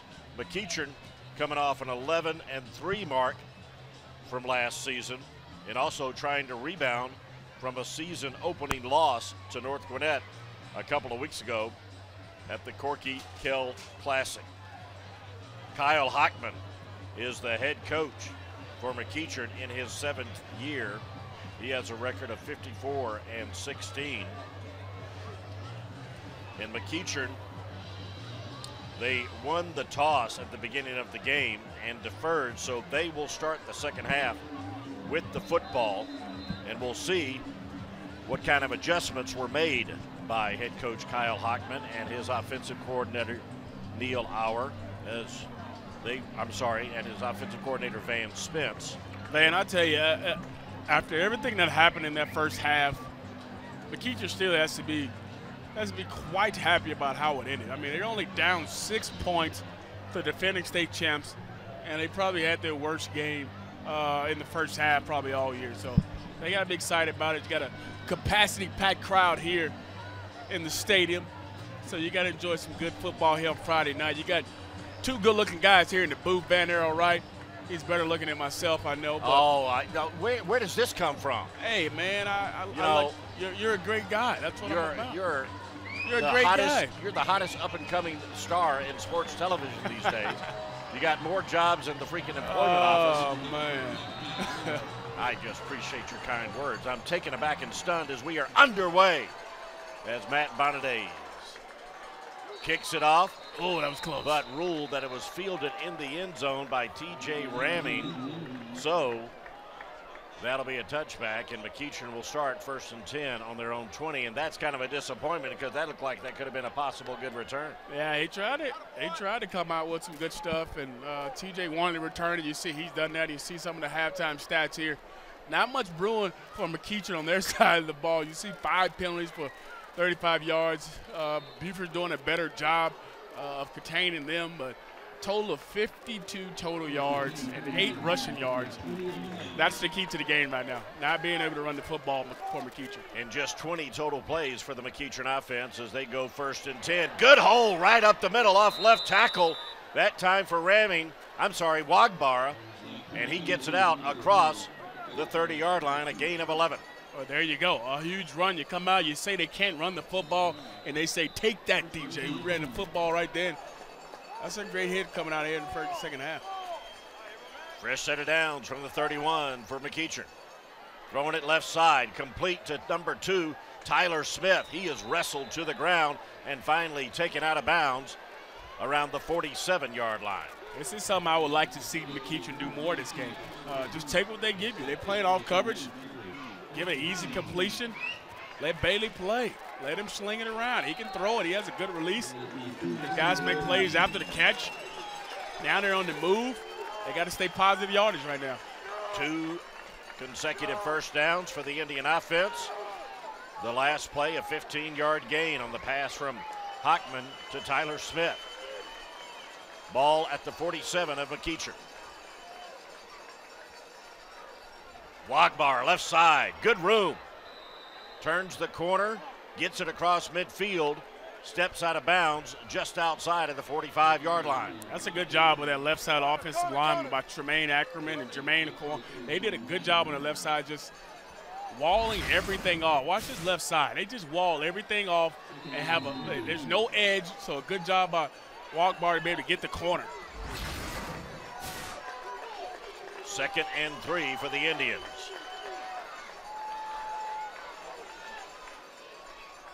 Quick release by Hockman, again complete, this time to number 3, Jeremiah Shaw.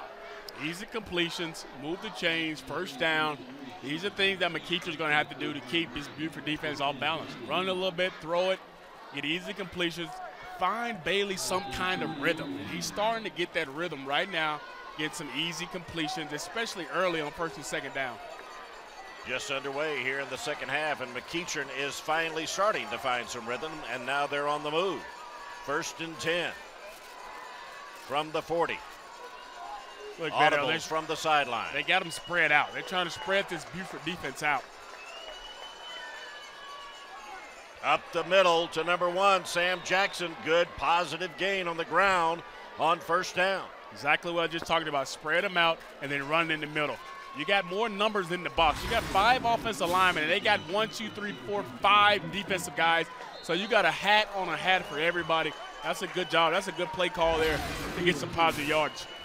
Down to the 33-yard line. 2nd and 4.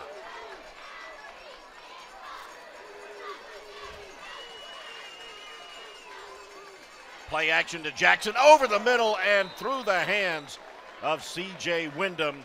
Looked like a catchable ball, DJ. Absolutely. I mean, they had what they wanted right there. He was open. I know he's running across the middle of the field, but that's a play you got to have in a big game like this.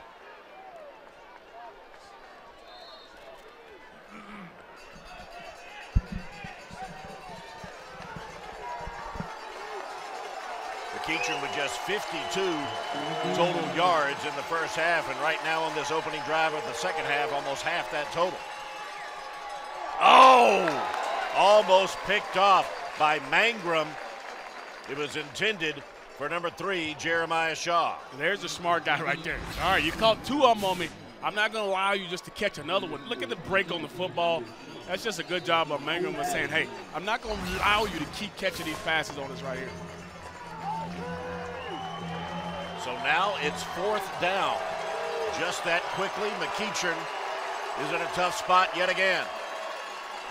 Hockman chased out of the pocket, throwing it up, desperation, and almost picked off inside the 5, but just as well for Buford not to pick it off, as they will take over on downs at the 33-yard line. And here's the chess game they just played. They ran 3 straight, they played 3 straight hitches on the outside, and he broke on the football. So coach come back and says, hey, let's run a stop and go. Stop and go at the top.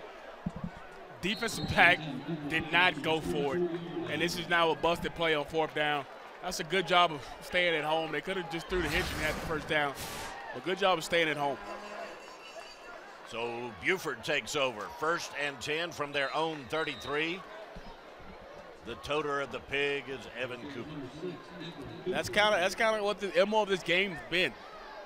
Buford's defense bends a little bit, and then they stymie him and don't give him anything. Right. Give them some kind of hope and then take it away. That drive by McEachern, though, produced 55 yards, and their total in the first half was 52.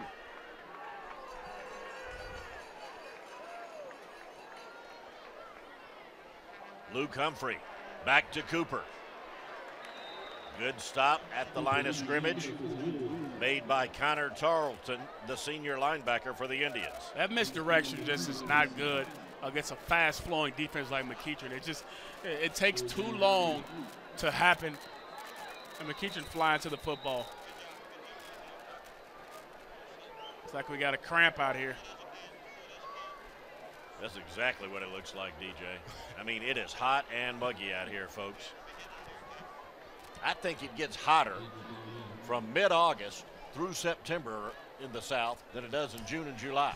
I mean, it gets muggy. And it's sauna time tonight. You never know what you're going to get here. You never know. Hey, I know what you're going to get. You're going to get hot. Hot and hot. That's it, huh? Hot and hot. Well, you know those guys down there on the field are really hot. You see David Curry right there, number 22, actually went off the field after that initial play. You see the guys get some cold towels. Van Earl got a cold towel here at halftime. Was well worth it. I went in on it too, so I'm not going to lie. I was going to say. It felt good, didn't it? It did.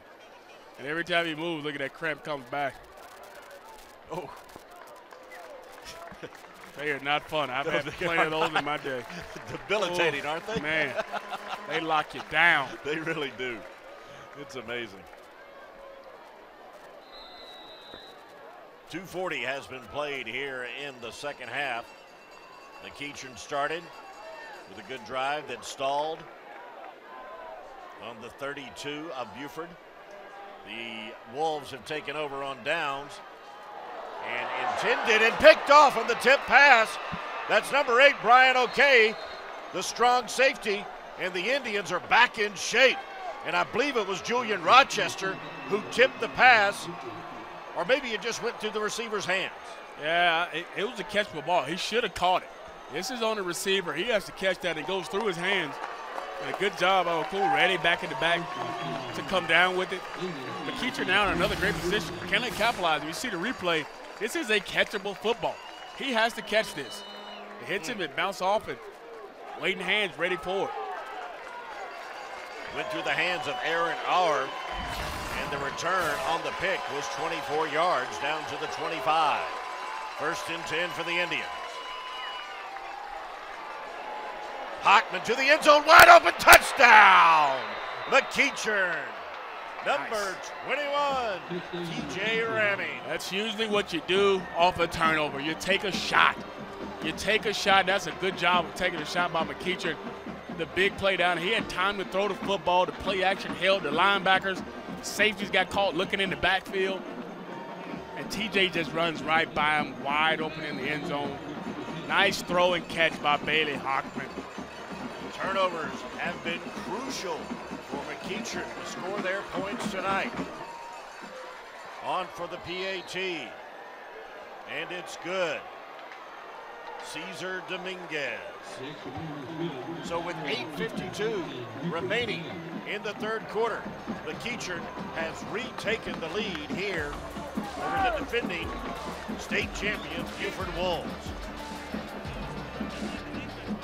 The first points of the game scored on a 63-yard interception return for score by Hayward of McEachern.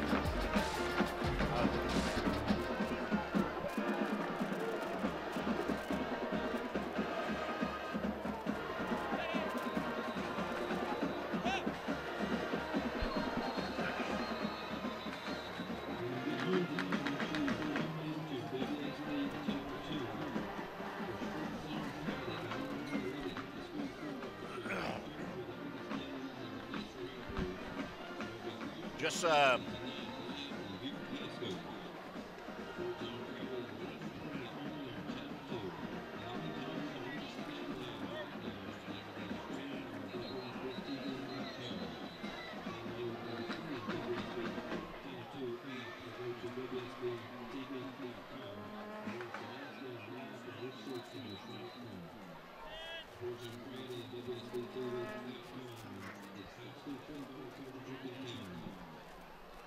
so the 6A power, McEachern, retaking the lead against the 4A dynasty, Buford. A little more than 3 minutes played here in the second half. 3 INTs tonight already by Luke Humphrey. Not ideal. Not what you want from Buford. And very uncharacteristic for a Buford team. Very.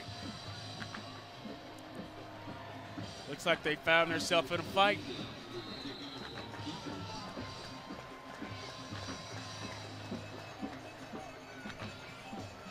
Talking to Jess Simpson, the Buford head coach, this week, he told us this game occurred because McEachern called and asked Jess if they wanted to scrimmage. Yeah. And McEachern head coach Kyle Hockman said, heck, we need a game. How about we just play? And say before we knew it, yeah. Hey, we got a perennial top outer region matchup. So this is a big game. Here is a look at the touchdown toss from Bailey Hockman to T.J. Ramey. The action here, the play action. Look at all the linebackers fly up. Safeties get caught looking in the backfield. Before we know it, the ball is behind him. That is just perfect play calling out for a turnover. Defenses are aggressive. Good pass connection. So here comes Buford again with their second possession of the second half. Luke Humphrey pressured, throws it up for grabs, intended for nada. Beyond his reach, falls to the ground, incomplete. There's the difference right there.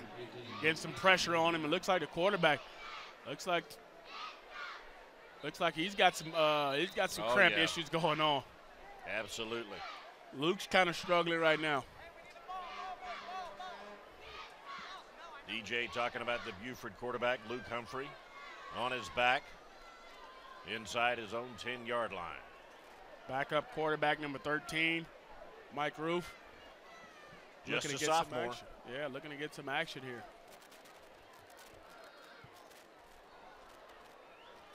Last year, Buford was working a 2-quarterback system, alternating quarterbacks pretty much every series. Humphrey did not see much time at all last year.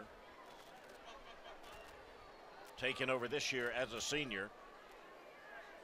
And so far through 2 games, he had thrown just 14 passes, but had completed 12 of them for a completion percentage of 86%. That's pretty impressive. And now it's Mick Roof, as we said, a sophomore, getting some instructions from head coach Jess Simpson. So Jesse's telling him right now, listen, don't do too much.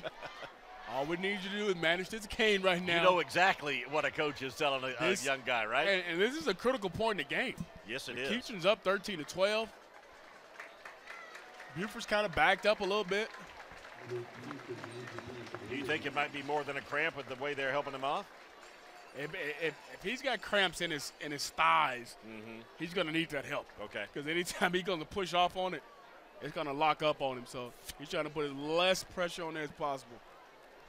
Sophomore Mick Roof, 6'1", 159. Little slender, but hey, he's only a sophomore. And he will come in on 2nd and 10 for Buford at their own 20 after a first down incompletion. They keep it on the ground wisely as they hand it off to 24. That's Brandon Mangrum. A gain of 15 on the end around by the senior of the 2 Mangrum brothers.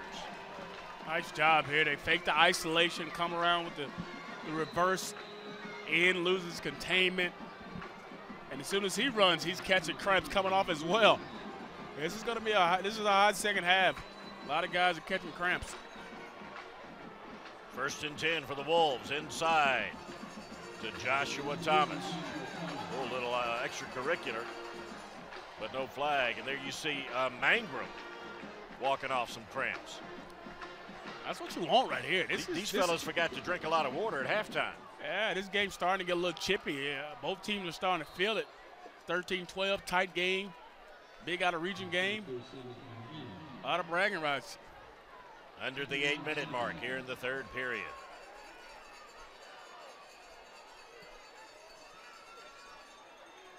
Sophomore quarterback changing the play. Handoff to the younger of the 2 Mangrum brothers, takes it up the middle and gets it out to the 48-yard line on a good, tough run by Martin Mangrum. Yeah, nice hard run right through the middle of this McEachern defense. Running strong, running physical. And this is the game that Buford came into this game wanting to do. They wanted to be able to run the football. The roll graders up front. Nice job. You see number 71 coming in at the end. Travis DeGoey making a big play, making an aggressive play.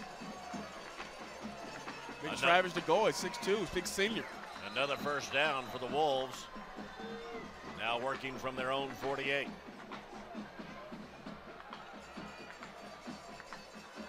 Mick Roof, the sophomore backup quarterback. Handing it off to Joshua Thomas, breaks some tackles and gets it inside the 45 down to the 44-yard line. I mean, that's a good job up front by this offensive line. If you watch this left side, you see number 91 was just in the ball game. That's defensive tackle Shug Frazier. Number 91 was playing tight end, and they completely crashed. You see 91 tight end, and watch him just crash everything down and just collapse that whole left side. That's called physical defense right there. Physical offense, I should say. And now we got a flag on the play.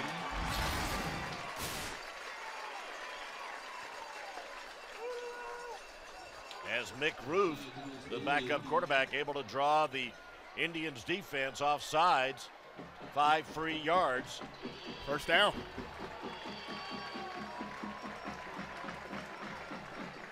Indeed it is. They were facing a 2nd and 3, but now a first down after the offsides penalty. And it moves the line of scrimmage to the 39-yard line.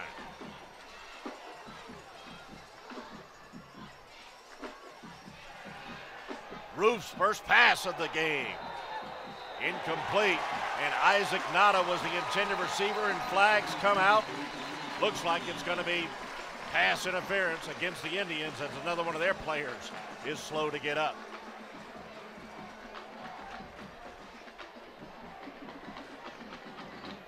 Mike Boyd is our referee.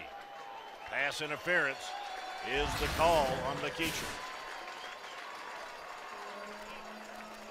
There's the replay, just putting out in front. That's a good job. I think it was hard to see the replay, see if he pulled him or anything, but I mean, that looked like a good football play there. And this is why Buford is so good. Faced with adversity, they're responding. After the big touchdown play, they're responding with their own drive, and they're doing it running the football. And they're doing it with their backup quarterback, too. Very true. 1st and 10 from the 24 of McEachern.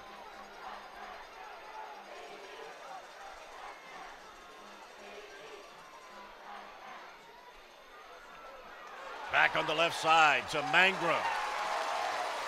Check that, Xavier Gant. By the way, while we got a moment, we understand that Gant's mom and other family members are watching online out in Sugar Land, Texas. And we hope they're still watching so they could have seen that positive from production from number 21, a gain of 6 yards, and he goes down battling some cramps. Texas representing here in the GA, huh? Beauty of a webcast. On the left side to big Joshua Thomas. Getting it down close to the 10-yard line.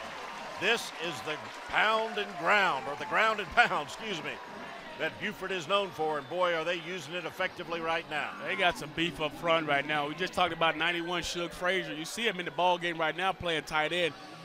And Vanner, can you guess what side they're running to? Right behind Shug Frazier every time. I guess so. When he's 6'3", 330 pounds, my goodness. There's Thomas, and he's into the end zone for a Buford touchdown. And there's Shug Frazier, one of the first to congratulate the running back. 10-yard touchdown romp for Joshua Thomas. Looks like they're going for 2 right now. Try to make this a 7-point game right now. They want to go for 2. Trying to get all the offensive guys back on the field. But they're running that left side. They worked that left side to perfection that time. Josh Thompson, who we talked about in the open, being critical on that series. Nice job of Buford taking it the length of the field with their backup quarterback, establishing the run and being productive.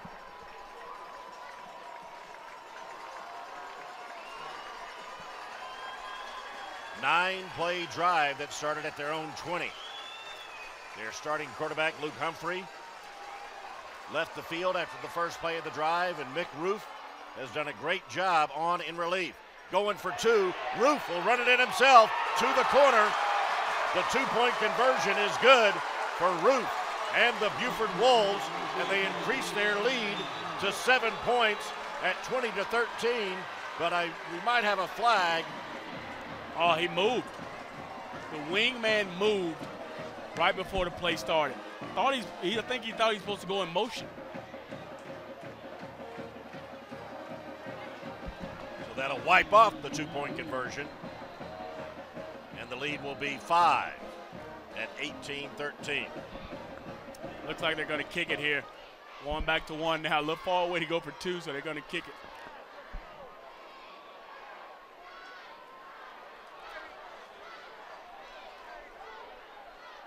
Little disorganization. Head coach Jess Simpson had to get Roof back on the field to hold for Matt Bonadies.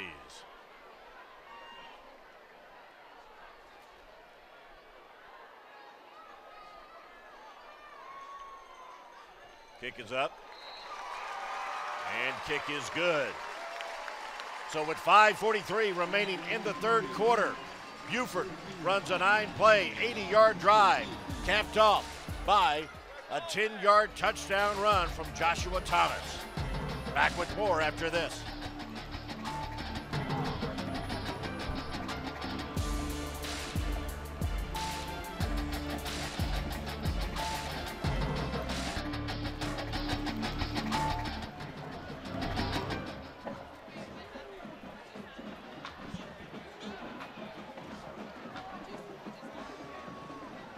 They tried to go for 2, and the guy went in motion before he snapped the ball, so they got a legal procedure. They had to move it back 5, kick the field goal.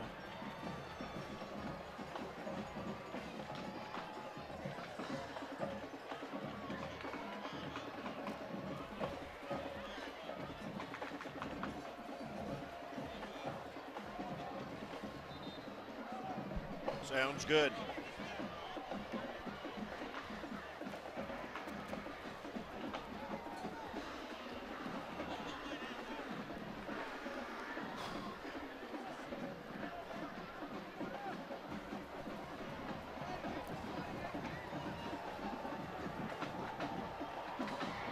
Back in Buford High School, where the home team has taken a 6-point lead over the 6'8" power McEachern Indians. A little pooch kick coming from Buford, and a good idea to signal fair catch by one of the up men on the return team for the Indians, number 93, Jonathan DeRue. Maybe that was the kick in the butt Buford needed right there. That drive was so quintessential of what Buford is all about. Run the football, roll great. As you see here, watch the fullback come through and clean up his man at the end right here. Ooh. That is a devastating block, and the rest is all Joshua Thomas coming through there. And that's the big fullback, number 41, Jordan Perlotti, excuse me. So McEachern again, taking over at their own 37. Handing it off to Sam Jackson. He gets it across the 40 to almost the 42-yard line on first down.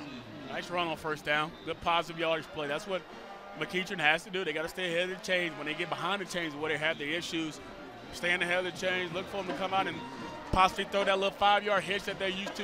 But now you see the corners playing a little bit up. 2nd and 6. Jackson breaks a tackle, but only manages to pick up a couple on the right side.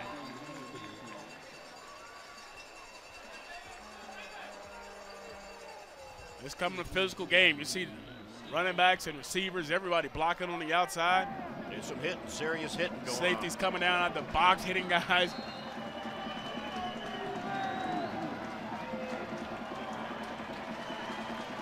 Clock stop with the runner going out of bounds, so it's 3rd and 5 with 5 minutes and 20 seconds remaining here in the 3rd quarter.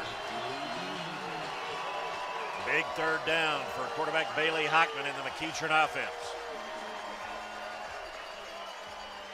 Keeping it on the ground is McEachern. Handing it off to number 21, TJ Ramey. That's going to be close. That will be very close to a first down. See where he spots it. It looks like it's marked just beyond the sticks, around the 47-yard line. No signal from the referees. We'll see if McEachern head coach Kyle Hockman. Yeah, it's going to be 4th down. It's going to be 4th down. He did not call for a measurement. 4th and less than a yard.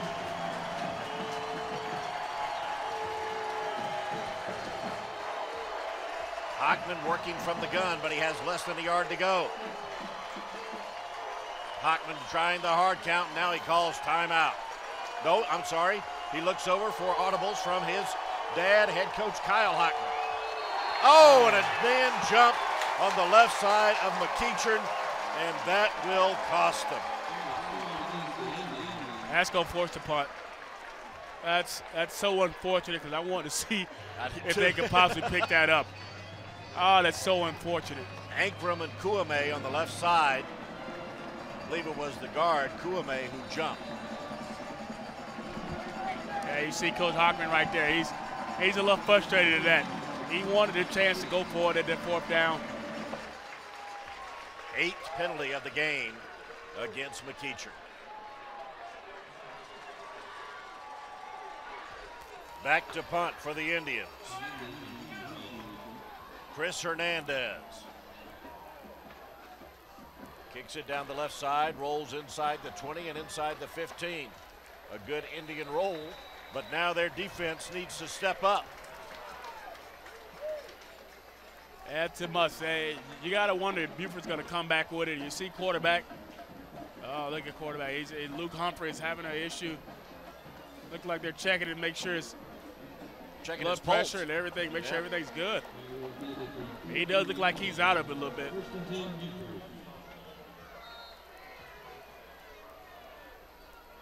So sophomore backup quarterback Mick Roof continues. They didn't do too bad with old Nick Roof in there last time. No, they didn't. 80-yard touchdown drive. They hand it off to the fullback, Perlotti. He was stopped.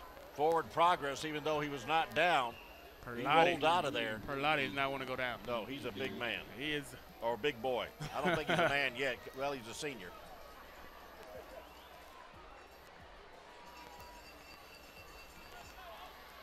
Gain of about 3 yards out to the 16-yard line.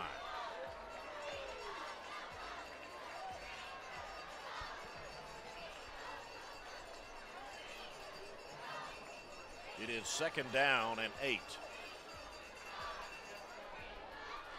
Handoff, left side. Oh, beautiful cutback up the middle by Xavier Gant, but a flag on the play.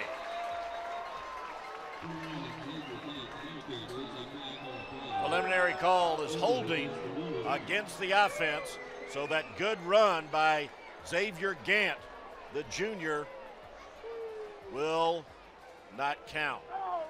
Picked up 21 yards as he made a great cut, put his left foot in the ground, and really opened it up for himself. Yeah, that was an outstanding run here. You're going to see him outside. Nice cut outside. This is the cut right here. That's the cut to get north and south. Was unable to see the holding call, but it's right in the middle of the trenches, right where all the scrum was.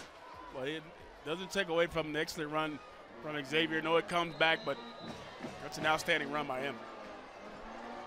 So that'll make it 2nd and 14 as the Wolves stay on the ground and give it to Thomas. Alan Cooper is the McEachern player who lost his helmet. Trying to toss sweet to the short side of the field.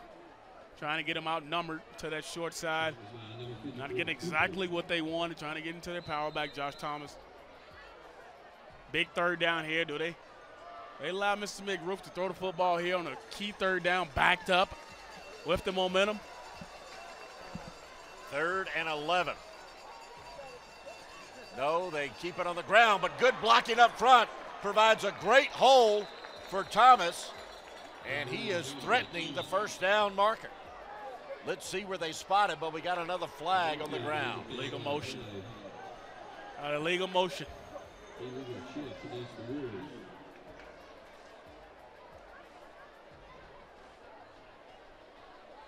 Buford's kind of self-destructing themselves right now.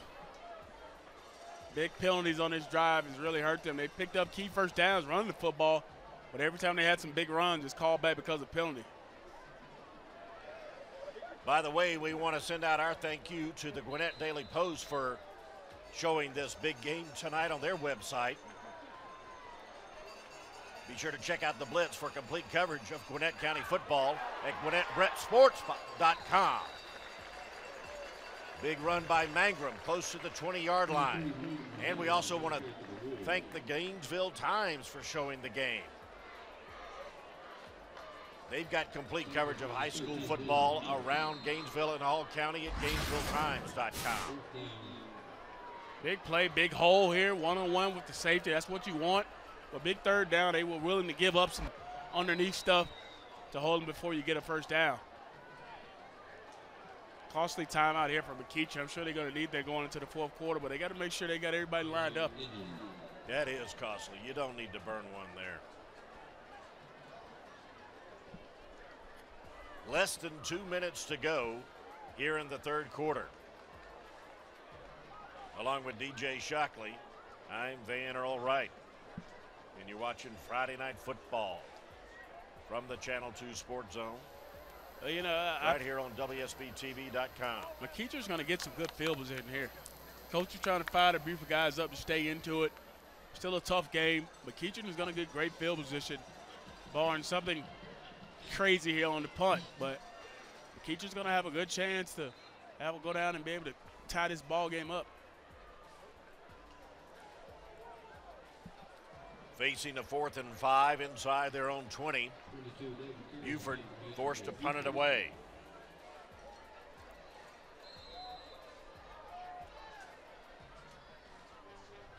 David Curry with the kicking duties. McEachern will let it drop. Takes a small Buford bounce, and it will be down at the McEachern 45-yard line. So the Indians offense, once again, still looking for some consistent rhythm, retake the field, trailing by 6. I'm looking to see McEachern come out here similar to how they did coming out of halftime. A little bit of run, a little bit of pass, mixing it up. That's what they need to do. I mean, my goodness, they got to go back to it. They got to go back to it. It was money for them. But spread them out and run it. 2 wide on each side for Bailey Hockman. Play action, throw over the middle, caught. Complete to Wyndham. Big gain for a first down, all the way down to the 42-yard line of Buford. Yeah, this is the play they've had all night long. They ran this similar play and had it wide open. This is a good job of him standing there, delivering the football, and way to stand in there and take a hit. That's what you got to do. You're going to get hit anyway, so you might as well catch it. So I like that. Big stick on that play from Stephen Reese of Buford. 1st and 10 from the 42. Buford showing a little blitz. Trying to mess with Hockman. They hand it off to Wagbara. Fighting for 3 yards on the left side. Good run by 24 and White. Wagbara's had a pretty good night running the football. I mean, he's been an edgy little guy running the football. McEachern's done a good job of trying to establish the run game. They're trying to stick with it as much as they can. And with this score being so close, you still can do that. 6-point ball game in favor of the home team. Hockman looking right side. Quick release, but a poor throw. Well short, intended for T.J. Ramey. Yeah, he never got anything on that ball. That's a long throw for a quarterback from that hash, throwing it out right to the other sideline. You got to have a big-time arm to throw that. I'm sure he can make that throw. You got to step into it a little bit more and be more deliberate about it. Yeah, you got to use your good form there. Yeah, you got to ram back and throw that one. So now they're in a tough 3rd down situation yet again. 3rd and 7 for the Indians. Oh, and another penalty. This time on Chuma Idoga, the senior right tackle, 6'4", 290 pounds. These penalties that really, really hurt McEachern in key situations. Just happened last series on 4th down. This one happens here on a critical 3rd and 7. Now you back it up and make it a little bit tougher. 9th penalty of the game against the Indians. 3rd and 13. Final minute of the 3rd quarter. Hockman going deep. Almost caught. Great coverage that time by Mangrum. Intended receiver, Jeremiah Shaw. Decent throw, but really good coverage. Yeah, that's a great defensive play. Sometimes defense makes good plays, and that's exactly what happened. This is one-on-one. I have no problem with this 3rd and long. Take a shot with one of your big-time receivers. He lets it go. Mangum just plays it good. He has good inside leverage, knows what a receiver is, goes up the highest point and knocks it away. Great football play there by Mangum on the outside. Absolutely. That was beautiful. Jeremiah Shaw frustrated he couldn't come up with it. Hockman, the quick kick. We'll see if they get a bounce. They do. McEachern able to down it inside the 5-yard line. And we'll also see if the sophomore backup quarterback will continue for Buford. This is a field position game right now. McEachern's doing it. McEachern's playing a good field position. They're not doing anything to turn it over. They're not doing anything to hurt themselves. Well, they're hurting themselves because they can't get any rhythm going offensively. These 9 penalties have really hurt them. Well, turn it over. That's the biggest thing for me. I don't want to see them turn the football over every time they turn it over. But now they're hurting themselves offensively with the penalties but they're still staying in it because they're not having the turnovers. Right. So the sophomore backup quarterback continues as they keep it on the ground and hand it off to Xavier Gant. Probably the last play of this quarter here. Establish a run and take it to the other side of the field and get ready for what should be an exciting fourth quarter. I'll say.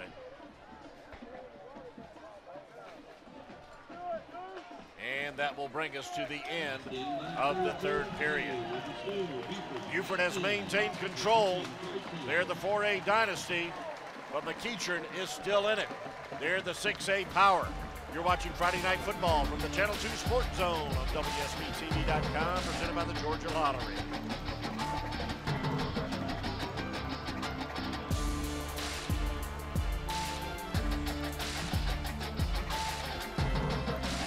Okay, 12 penalties.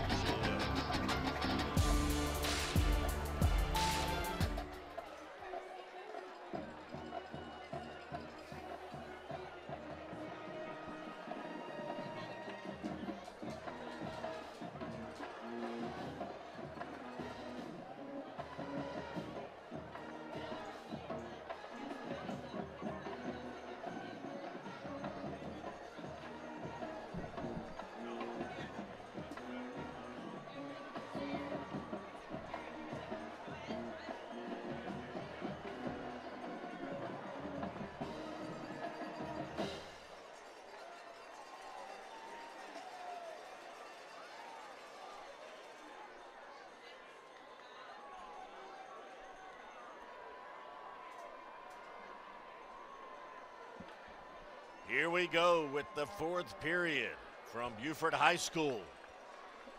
The Wolves, the defending state champions, competing in Class 4A for the first time in their school history. When Jess Simpson started here at Buford some 12 years ago, just on the staff, they were a Class A team. He's now in his 9th year as head coach, and they're competing in Class 4A for the first time. Backup quarterback Mick Roof continues to run the show offensively, rolling right in and out of the hands of Joshua Thomas. That was a tough moment for Thomas. Yeah, that's and tough. The Buford offense. That's tough because he's down. wide open, Van Earl. That's why it's tough. He had so much room to run there, and I think he knew it and saw it, and he might be still running right now if he catches that football. They finally let Mr. Mick throw the football. I know he started earlier, but this has to be caught. Look at that. Oh, my goodness. The guy who's guarding him is trailing him, and he's 5 yards behind him. He catches that, he may pick up 20, 30 more yards. So now it's 3rd and 8 for the Wolves. This time they put it in the belly of Thomas, but he's taken down after a gain of about 3. So Buford will have to kick it away. Good stand that time defensively by the Indians. Great stand. Great stand, you're right. But as usual, this has been a field position game. McEachern's had pretty good field position this second half. Haven't been able to capitalize on it, but it's just a series. They make something happen. They just need one, trailing by 6. And they'll have a chance to take the lead. Here's big number 99, Julian Rochester for McEachern. David Curry boots it away. And it will go out of bounds. They'll mark it inside the 40-yard line. They'll mark it at the 38. So tremendous field position for the McEachern offense. Oh, we got a barn burner going right here. 11 minutes to go in this fourth quarter.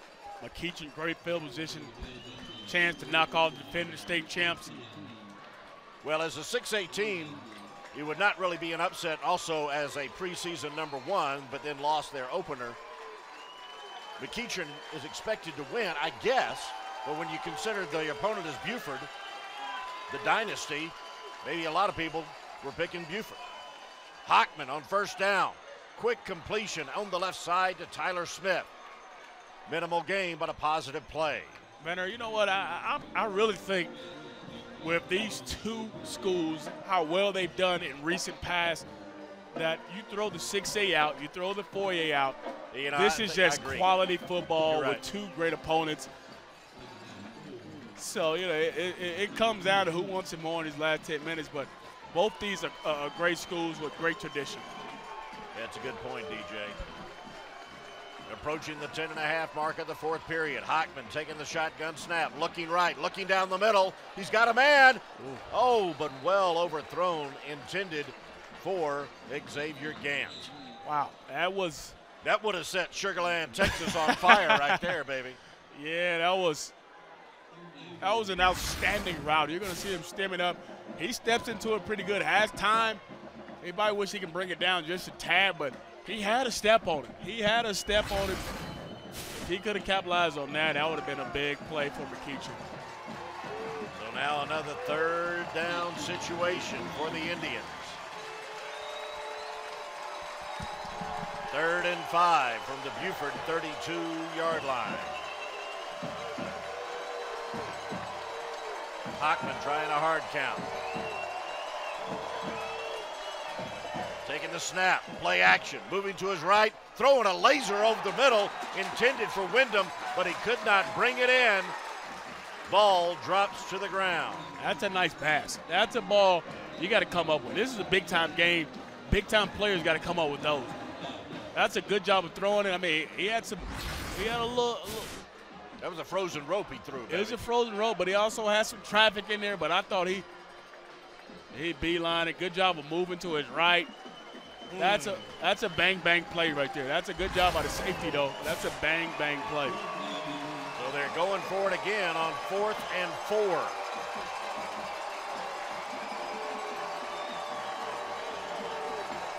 Hockman going to the air. Corner blitz. Complete to Xavier Gant.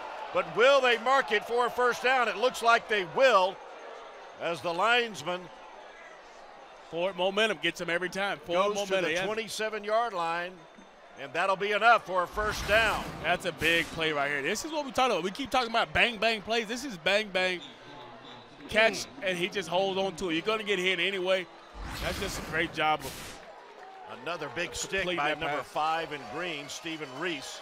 But a good job by 21 in white, Xavier Gant, holding on to that football for a crucial first down for McEachern. From the 27, Hockman now throwing left side. Oh, and well high, again intended for Gant. And he took another shot from Reese, this time in the rib area.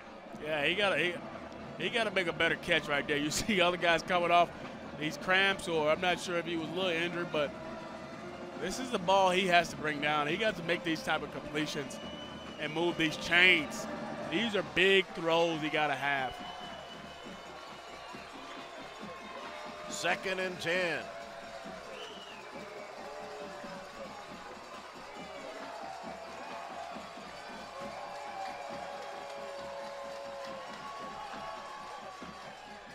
Sticking to the ground, Sam Jackson on the right side.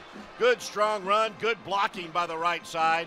Could be enough for another first down. I'm wondering where Sam has been all night. I mean, every time he touches it, he looks like he's electric. He looks like he could take it to the house. But watch him hit this hole, get north and south. It's a good job with offensive linemen, getting a hat on each guy. And nice cut right there on the safety. Nice hard run by Sam Jackson. Mangrum with the stop. It is enough for a first down. Fresh set of down for the Indians. They're on the move. They're in the red zone. They're trailing by 6. Another run play. Jackson again, but this time cut down by Austin Smith for a loss. That play had no chance of working from the beginning. Austin Smith unblocked. One-on-one on the outside. He's going to make that play. Well, he actually sheds the block. He wasn't unblocked. He sheds the block. We saw him do that a couple times tonight, shed a block and make a play. And the blocker was Shug Frazier. No, I'm sorry. It was not Shug Frazier. My mistake. Loss of 4 on the play.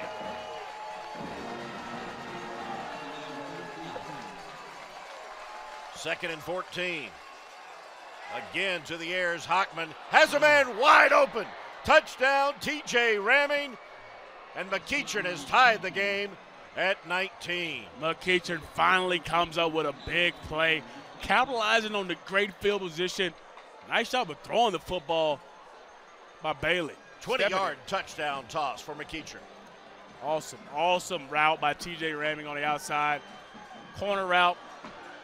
He's kind of hard to cover out in space. He's committed to Duke University, and he's only a junior. Try after is good, and a crucial conversion of the PAT because it gives McEachern a 1-point lead at 20-19. And right now, that failed 2-point conversion by Buford earlier is looming large. 8:45 to go, a 1-point game at Buford High School.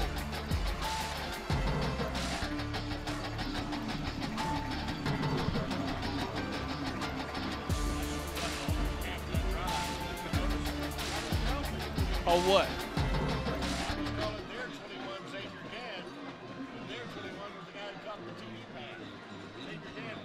Talking about TJ Ramming, yeah, because you call their 91 Shug Frazier.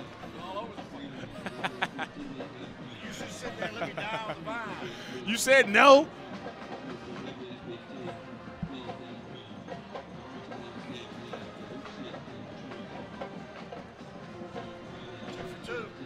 I know. It's a good shot. Yeah.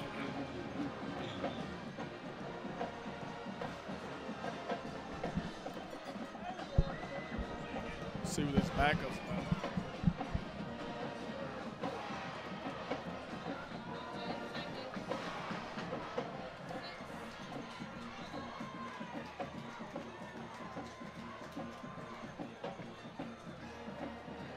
Great ball game right here on WSBTV.com, and DJ, we're 2 for 2. This is 2014. This is becoming very exciting. I'm enjoying this, and we're in for a big 8:45 right now. We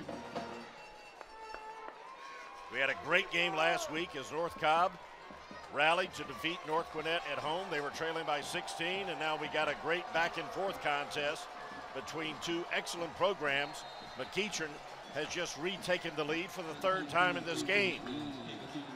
They're up by a point at 20-19. Cesar Dominguez kicks it away. Fielded at the 5. That's Xavier Gant getting it out beyond the 30-yard line. Good return by number 21 in green.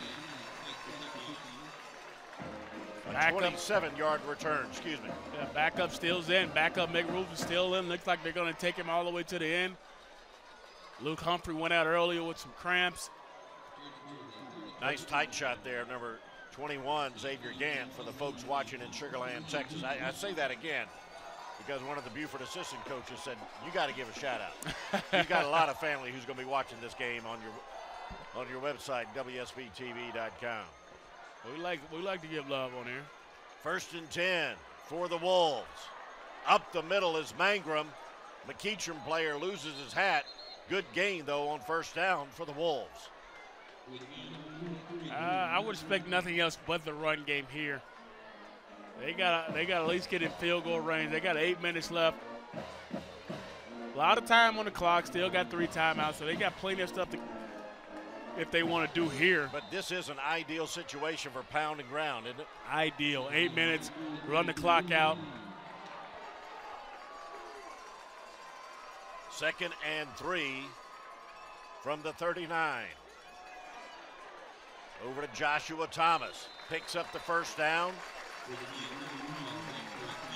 Clock continues to run. Gets it out to the 45-yard line. Toss sweep to this tight side. They're good for running that toss sweep. They enjoy it because they like to get that edge they get it really fast when you run into the short side of the field. And you got a guy like Joshua Thomas who gets downfield, gets downhill real fast, picks up that first down.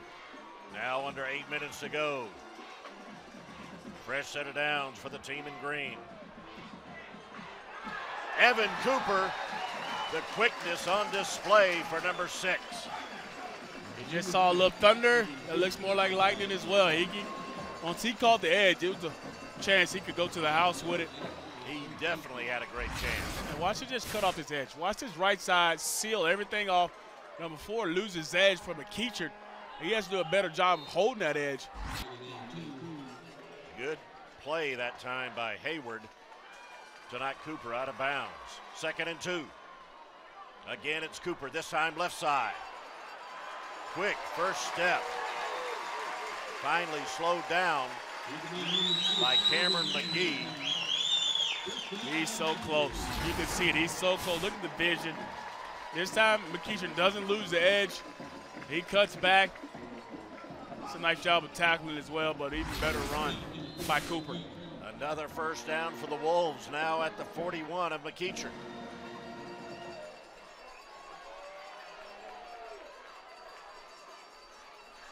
This time it's Thomas. Up the middle. Not a huge gain, but still a positive play for the Buford Wolves. This is exactly what they're turning this ball game into in the second half, is what this team is all about.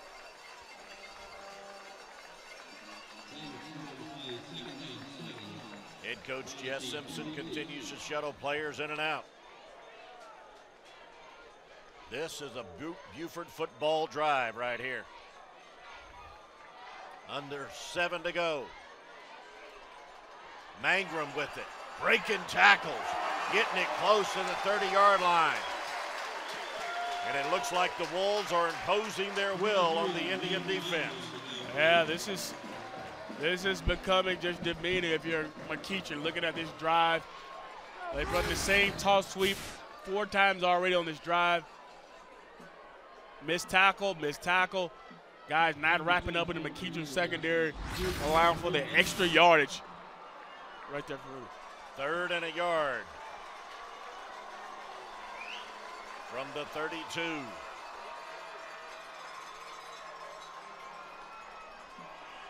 Thomas again, the extra effort.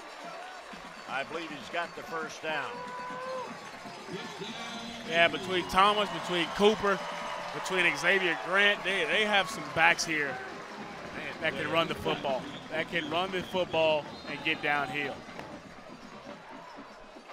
And they've also got some great linemen up front creating holes in this run game. Yeah, you talk about number 58, Nick Polino, who's actually committed to North Carolina. Good extra effort that time by Gant on the left side. Yeah, I've just talked about Polino. He's all on the left side. Shane Robinson, number 53. You got Enos Claw, number 78. Cooper Simpson, 56. And Hunter Holland, 77. Are the guys who are anchoring this offensive line who got this run game going. You also see number 71 in the game, Travis DeGoy. He's a senior as well. A lot of seniors on his offensive line.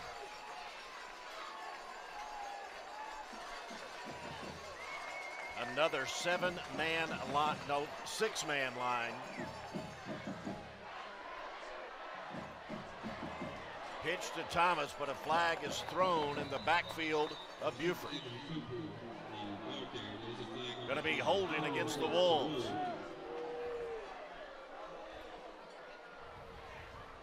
Evan Cooper might be the guilty party.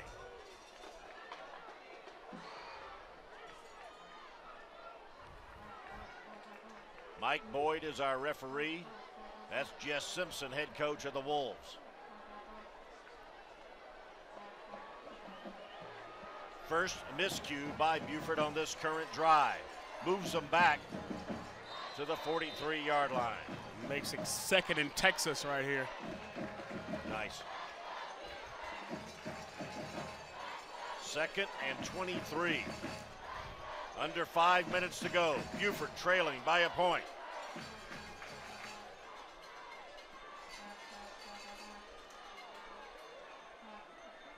Mike Roof, the backup quarterback, being asked to throw a short pass complete to Perlotti on the right side. The big, bruising fullback just rocking the world of number 54, Alan Cooper. But Cooper was able to get him out of bounds, and it was Perlotti's helmet who came off that time. Here's what I like about this play. They're not dropping him straight back and making him have a lot of reads.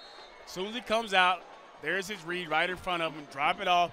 Easy decision for the quarterback. Make Roof right there. 3rd and 16. About to see the 11th play of this drive for Buford. They ask Roof to throw again. He's turning around, and a good pursuit by the McEachern defense. That's Tavon Johnson with the big throwdown of the Buford quarterback on 3rd and long. And guess what? They had him. They had a guy running wide open on the corner route. Isaac Nada, they had him running. He leaks out. Yes, he just doesn't have time to see it. Maybe a little bit more experience. He lays it up, give him a chance to go get it, but well, he was kind of scrambling maybe a little bit unnecessarily. Yeah. So Buford is forced to punt on 4th and 19.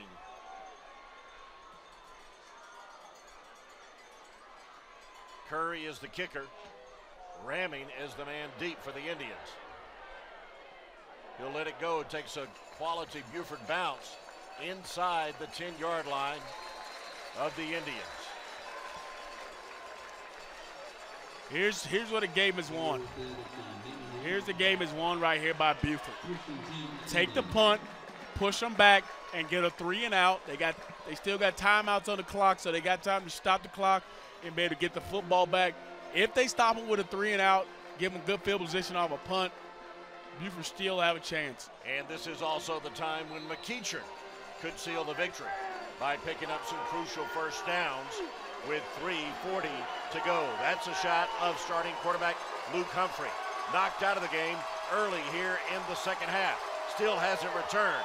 Here's another sophomore quarterback, Bailey Hockman, looking to lead McEachern to victory and looking for a receiver on first down. Has one, but ball is knocked away. And a flag is dropped and holding against the Indians. Hockman spent too much time scrambling, and the lineman had to resort to holding. I'm really unsure why they even threw the football. Why here. are they doing that so deep? It puzzles me that they throw the football. Don't get it.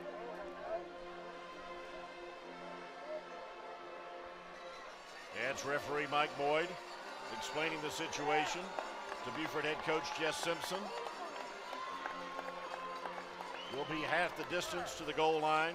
The only logical thing I can think why they threw the ball was maybe they knew Buford said, hey, they're going to try to run the football. We can catch them on a pass. I don't know. Maybe that's it. Not that deep. Not when you got to chew up the clock. You want to get some running plays, and they've been successful when they've run the ball on first downs previously, especially here in the second half. Very true. Backed up. This could be trouble, though. This could smell trouble. 1st and 17, and look out because the Wolves have got to be coming. And they're going to ask Hockman to throw it from the back of his end zone. Oh, my goodness. Threw it over the head of Ramming, who didn't make much of an effort to try to catch that ball. So now it's going to be 2nd and 17 for the team in white. Man, he threw it over his head, but he had him open. I mean, the offensive line did a good job. He got a little pressure, but he's wide open. He got to complete that. He has to complete that. If anything, it just gets you out of the shadow of your own end zone. Right. TJ's like, what else I got to do, man? I'm open. I'm open. Now it's one of those situations where you don't have to pick it all up on this one play. Just try to pick up about half the yardage you need. Hockman under center, sticking to the ground game, giving it to Tyler Smith, right side, but he cannot even make it to the 5-yard line. Check that, Wagbara, the runner. Huge third down. Do you decide to throw the football and possibly stop the clock if you don't complete it, or you just try to get a run and run the clock? Interesting call here. Here's Kyle Hockman, the head coach of McEachern, and he calls the plays, and Van Spence, the man to his right, sends him in. Screen might be really big. Less than 3 to go. 3rd and 15 for McEachern. They lead by a point, but they're deep in their own territory. And now a timeout is called by McEachern and head coach Kyle Hockman. Not a bad timeout in this situation. You got to get your best play call, best players on the field right now.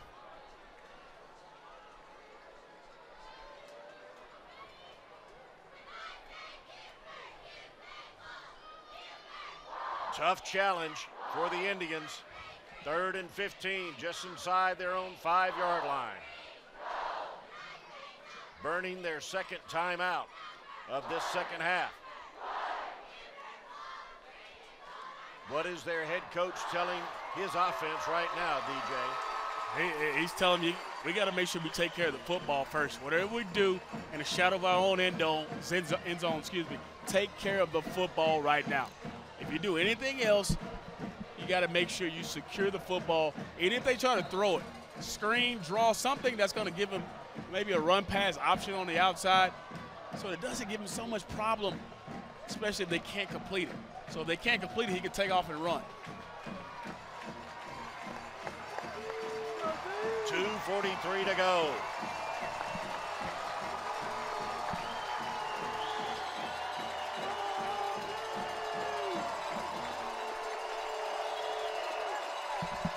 Hockman throwing from his end zone and throwing long. He's got a man behind the coverage. That's TJ. Oh! And it went right through the hands of number 21 in white.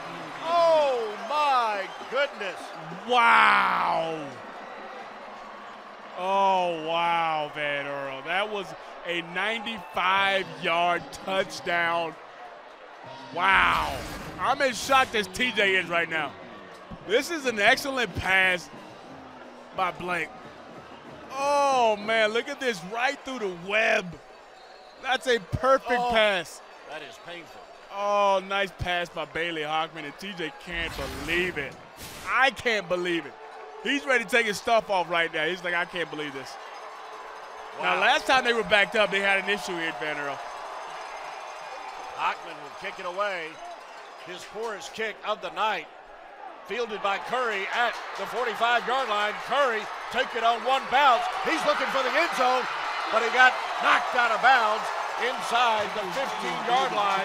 But a great job by number 22 in green, David Curry, fielding that punt on one bounce and taking it back inside the 15. Absolutely. I mean, that was a critical point right there. They haven't really returned one all game. Being able to come up with that punt right here. Nobody got down the field. Look at this. Nobody in the camera within 15 yards. And even the Wolves return team putting on some blocks. So here's a great opportunity for the Wolves to take the lead with 2:22 to go. 1st and 10 from the 12. Mangrum getting it inside, close to the 5-yard line. I'm sure Buford wants to run this clock all the way down there. No hurry. No hurry to really score. Well, I know they like to score at any given time, and they're bringing in big 91 Shug Frazier, the defensive tackle. So you know they're going to run to his side. Clock is stopped. Ball was run out of bounds. 2nd and 3. Whatever side Shug Frazier's on, that's where the ball's going. Right side. Right side is where Frazier lined up. There's Thomas walking it in to give Buford the lead at 25-20 with 2 minutes and 15 seconds to go. A 5-yard touchdown run. That's what you needed. You knew it was going to happen. You knew they was going to keep it on the ground with their ground and pound ground. Look at the big guys up front. Paving the way. Shug Frazier, they're coming off the end. Got a big block. Good reason why they was able to score.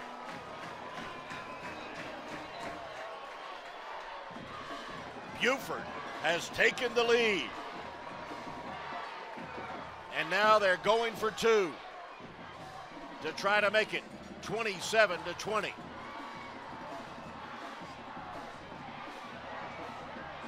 McRoof complete to number 8, Caleb Auer. The 2-point conversion is good. And Buford has a 27-20 lead with 2 minutes and 15 seconds to go. Their winning streak now is looking good to be extended.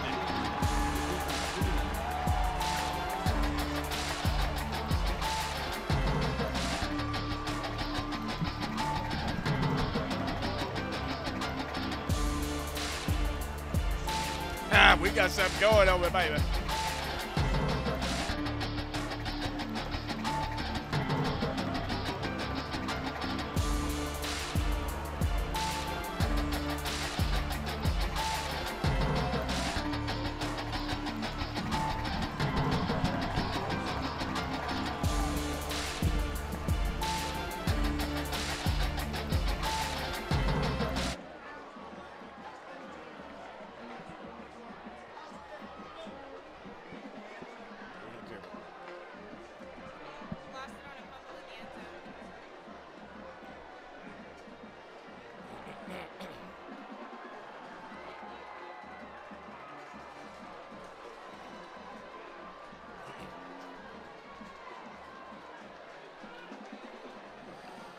Buford has not lost a football game since the state championship of 2011. Wow. That's a while ago, Vanderbilt. I'm not even sure where was I still living? That's a long time ago. That was a long time ago. I guess I was still living since I'm here now. 2 minutes and 15 seconds remain. And Buford has rallied thanks to their defense and a great punt return by David Curry. And also a great 2-point conversion that has given them a 7-point lead. Pooch punt fielded by Tyler Smith, number 2 of McEachern. He's got some space on the right side. He stays in bounds, and he gets it all the way down inside the 40-yard line, close to the 37 of Buford. Why the Pooch punt? I'm not sure, but Tyler Smith of McEachern made Buford pay on that one. Better, if you want any more drama, guess what? We got it right here. If you're watching this game, you have to be on the edge of your seat because this is back and forth. You're not sure what's going to happen next. McEachern still have 2 minutes to score. Got plenty of time.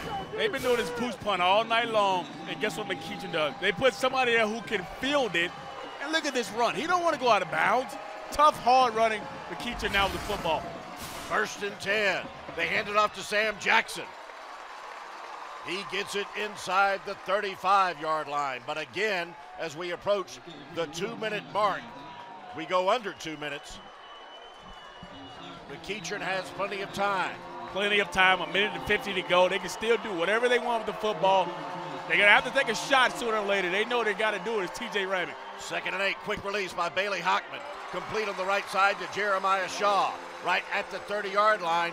Good gain, but still shy of the first down. So it'll be 3rd and short for the Indians. Big 3rd down here because you got to remember McEachern only has 1 timeout. They used one early in the 3rd quarter, and they just used one on the punt. Big 3rd down. They got to have this. They're going to go for it on 4th anyway, but this is a big down. 3rd and 3. And Hockman to the air. His receiver slipped, but I believe he stayed in bounds. It is a completion inside the 25-yard line to Shaw. I'm just glad he completed because he was so far off. They was giving it to him. It's easy pitch and catch. He has to be a little bit sooner, a little bit quicker with his decisions. But great pitch and catch. They moved the chains, 1st down. Minute to go. Still got plenty of time. There's just plenty of time for where they're at on the field. Again, the last time Buford football has lost a game, state championship. That was December of 2011. Hockman, the shotgun snap, across the middle, but he overthrew Shaw, incomplete on 1st down. Once again, he's late. He's already in the end zone. He's got it beat, and if he just brings it down, it's a touchdown. It is a touchdown. I've seen Bailey standing there and throw some really good football tonight, and then some other times he's been high, he's been inaccurate. This is a pass I know he wants back. Look how open he is. He is open. He walks into the end zone. He's going to get another chance. That's the scary part about it is they're going to give him another chance at a big play. 2nd and 10 for the team in white. They trail by 7. Complete this time to T.J. Ramming. Puts on a move, gets it inside the 15-yard line, close to the 10. And the clock continues. Will stop. Banner, I love this. This is a 1-2-yard route. Give your guy who got some quickness and open space to make a move, and look at this. That's what he does. makes a guy miss, and now you're in the red zone with a minute to go, plenty of time. No need to rush if you're McEachern. Clock stopped with the picking up at the first down, and now they'll wind the clock. Hockman again to the air, moving around. Now he'll tuck and run and get taken down around the 12-yard line, and the clock is still running. Nice job. Now they got to be careful with the clock, DJ. Yeah, I mean, they still got plenty of time. Don't need to rush. They got to make sure they get quality plays in. After this, you probably see a timeout if they don't pick up a first down or a touchdown. Too much time's running up. Too much time. Less than 30. McEachern on the move, trailing by 7. Going back to the ground game. To number 1, Sam Jackson. Now they're going to have to call timeout. And Buford, I believe Mike Boyd signaled timeout. No, McEachern, yes. McEachern got a timeout. McEachern calls timeout, and that's their final timeout of the game. They trail by 7. Well, here you go, Benno. This is the ball game. 16 seconds on the clock. You got to find your best 2 plays because you have no more timeouts just in case you do not score a touchdown. You got to make sure you got 2 plays called in huddle right now so everybody knows if that play doesn't score, you got to get on the ball right now, either clock it, down it, or call the next play and try to get another play off. Well, it's 3rd down, so they don't have the luxury of being able to clock it. So they've got to do something here, and you got to believe they're going to throw it to the outside. Well, man, what I'm saying is they still can pick up the first down. Oh, they can still pick up the first down. If they pick up the first down, they can still clock it and then have another play. There you go. The line of scrimmage is inside the 12. They need to get it to the 3-yard line. I'm sorry, the line of scrimmage is the 7. Yeah. And they need to get it to the 3 for a first down. 3rd down for McEachern. Hockman taking a while. Now he's scrambling. Now he's got to throw it away. And that's what he does. And the clock stops. Nothing wrong with that. 8 seconds to go. Nothing wrong with that, but it's 4th down. 4th down, you can't throw this ball away this time. You got to give some guy a chance. So basically, here is your ball game. 8 seconds on the clock, 4th down. This ball has to be in the end zone. This is the ball game. McEachern trying to pull within a point and then hoping for the PAT or possibly a 2-point conversion. But this is the ball game right here. Line of scrimmage at the 6-yard line. Bailey Hockman, the sophomore quarterback, still in the shotgun. Sends Wagbara in motion to the right. And this time Buford calls timeout, but that's just their first of the second half.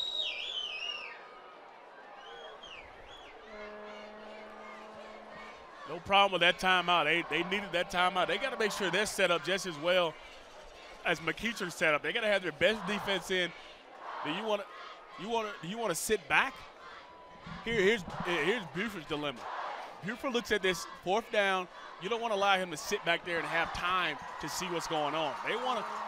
I'm looking at possibly they go in cover 0, all-out blitz. They come after them and make them make a quick decision and force them into something bad if not. Well, that's their style and that's their personality. Right. And in a crucial situation, you want to live up to your personality. And that's what they're being going to aggressive do. On defense is what Buford does. And I wouldn't be surprised if they come after it. And this is the ball game, 4th down on the 6-yard line. This is it. It comes down to this last play right here.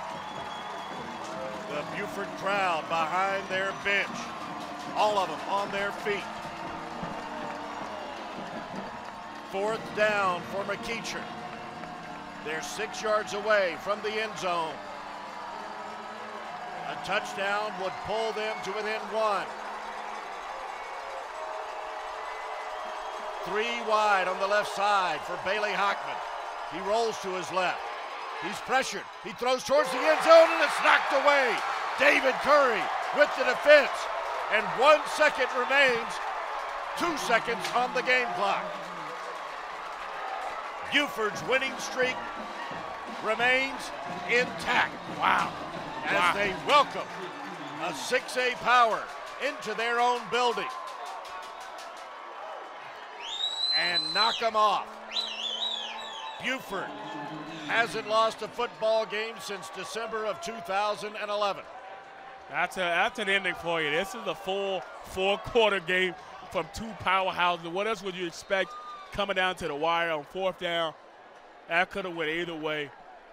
Both teams should be proud of themselves where they came out. I know McEachern's going to be sad about how it ended, but both teams came out and played an outstanding ball game. Buford will line up for the final snap of the game.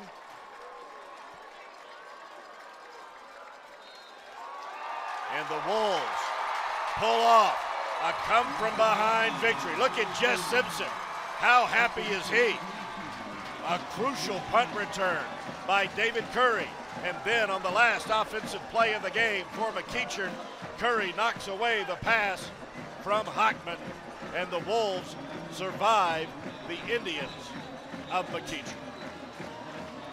We'll be back to wrap up this outstanding high school football game right after this on WSBTV.com.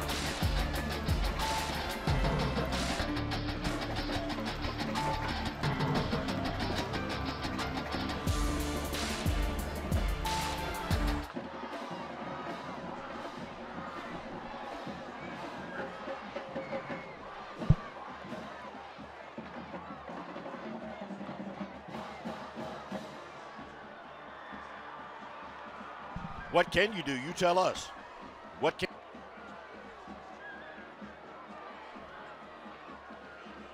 Second half, yeah.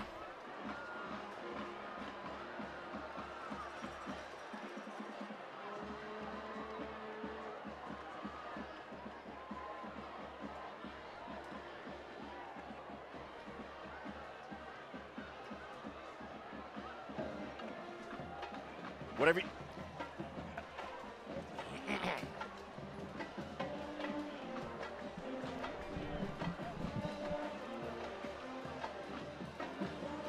What an outstanding Georgia high school football game, ladies and gentlemen.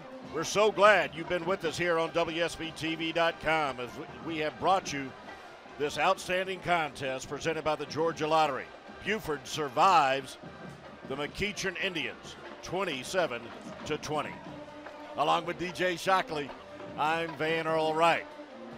Whew, that was a great contest. My blood is still boiling right now. Absolutely. I mean, that's an incredible game. I enjoyed it. Both defenses really, in the second half, showed up and played really good. Had to make some big plays. But if I had to give a game ball to, Mick Roof, backup quarterback for Buford. Came in, was cold, led this team down when they needed big drive, big scores. He came out and made a big run, big catch. Not big catch, excuse me, but he made some big plays for this offense. He came on in relief of Luke Humphrey after a first down when Buford had just taken over offensively. And Buford was losing at the time 13-12 when he came back, came in. And he marched his team down the field on an 80-yard drive, capped off by a 5-yard touchdown run from Joshua Thomas. And then it was back and forth. McEachern stayed alive. They kept coming back. They never quit. And they really did miss out, though, on a couple of key opportunities, and that helped Buford. Here's a look at some of the highlights from the second half. There's the pass from Luke Humphrey that was picked off by McEachern deep in Buford's territory, took it close to the red zone. Yeah, Luke struggled tonight. He had 3 interceptions. Huge for McEachern, giving them a chance to stay in the ball game. Then after that key turnover, they went for it big, and they connected to T.J. Ramming. Yeah, big catch, big throw by Bailey Hockman. T.J. making a huge play right there after the turnover. That's all you can ask for, especially after the turnover. And then here is the completion of that 80-yard drive I referred to as Thomas took it in off that great block in front of him from his fullback, Jordan Perlotti. Leading the way defensive tackle, you see 91 Shug Frazier. Then Bailey Hockman and the Indians, they come back. Beautiful touchdown toss again to T.J. Ramming, and then McEachern had retaken the lead at that point. And here's how you finish off the game right here with a nice run by your captain, your leader, Josh Thompson. After a big drive, that's what you needed, and McEachern would try to come back and try to finish this game off, but unable to.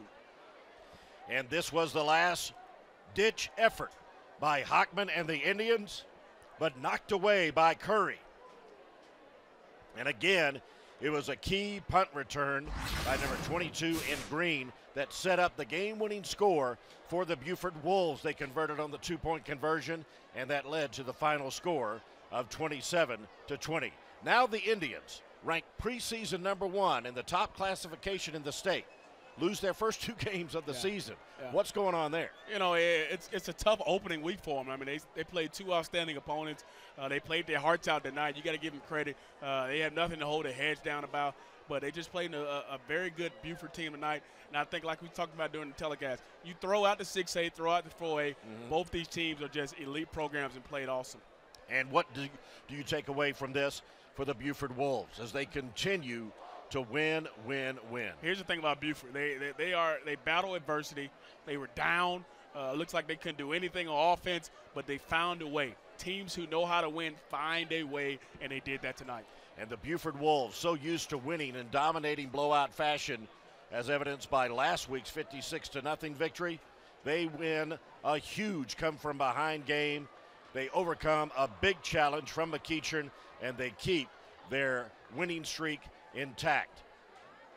Here's what we're going to do next week. We're going to go south of the city down to Noonan to show you Eric Sweeney and Sandy Creek take it on Noonan High School. That'll be next Friday night right here on WSBTV.com. You see Jess Simpson sharing some final few words with his clutch football team as they come from behind tonight to win it 27-20. For producer-director Stephen Lawler and DJ Shockley, I'm Van Earl Wright, thanking you so much for watching Friday Night Football from the Channel 2 Sports Zone here on WSBTV.com, presented by the Georgia Lottery.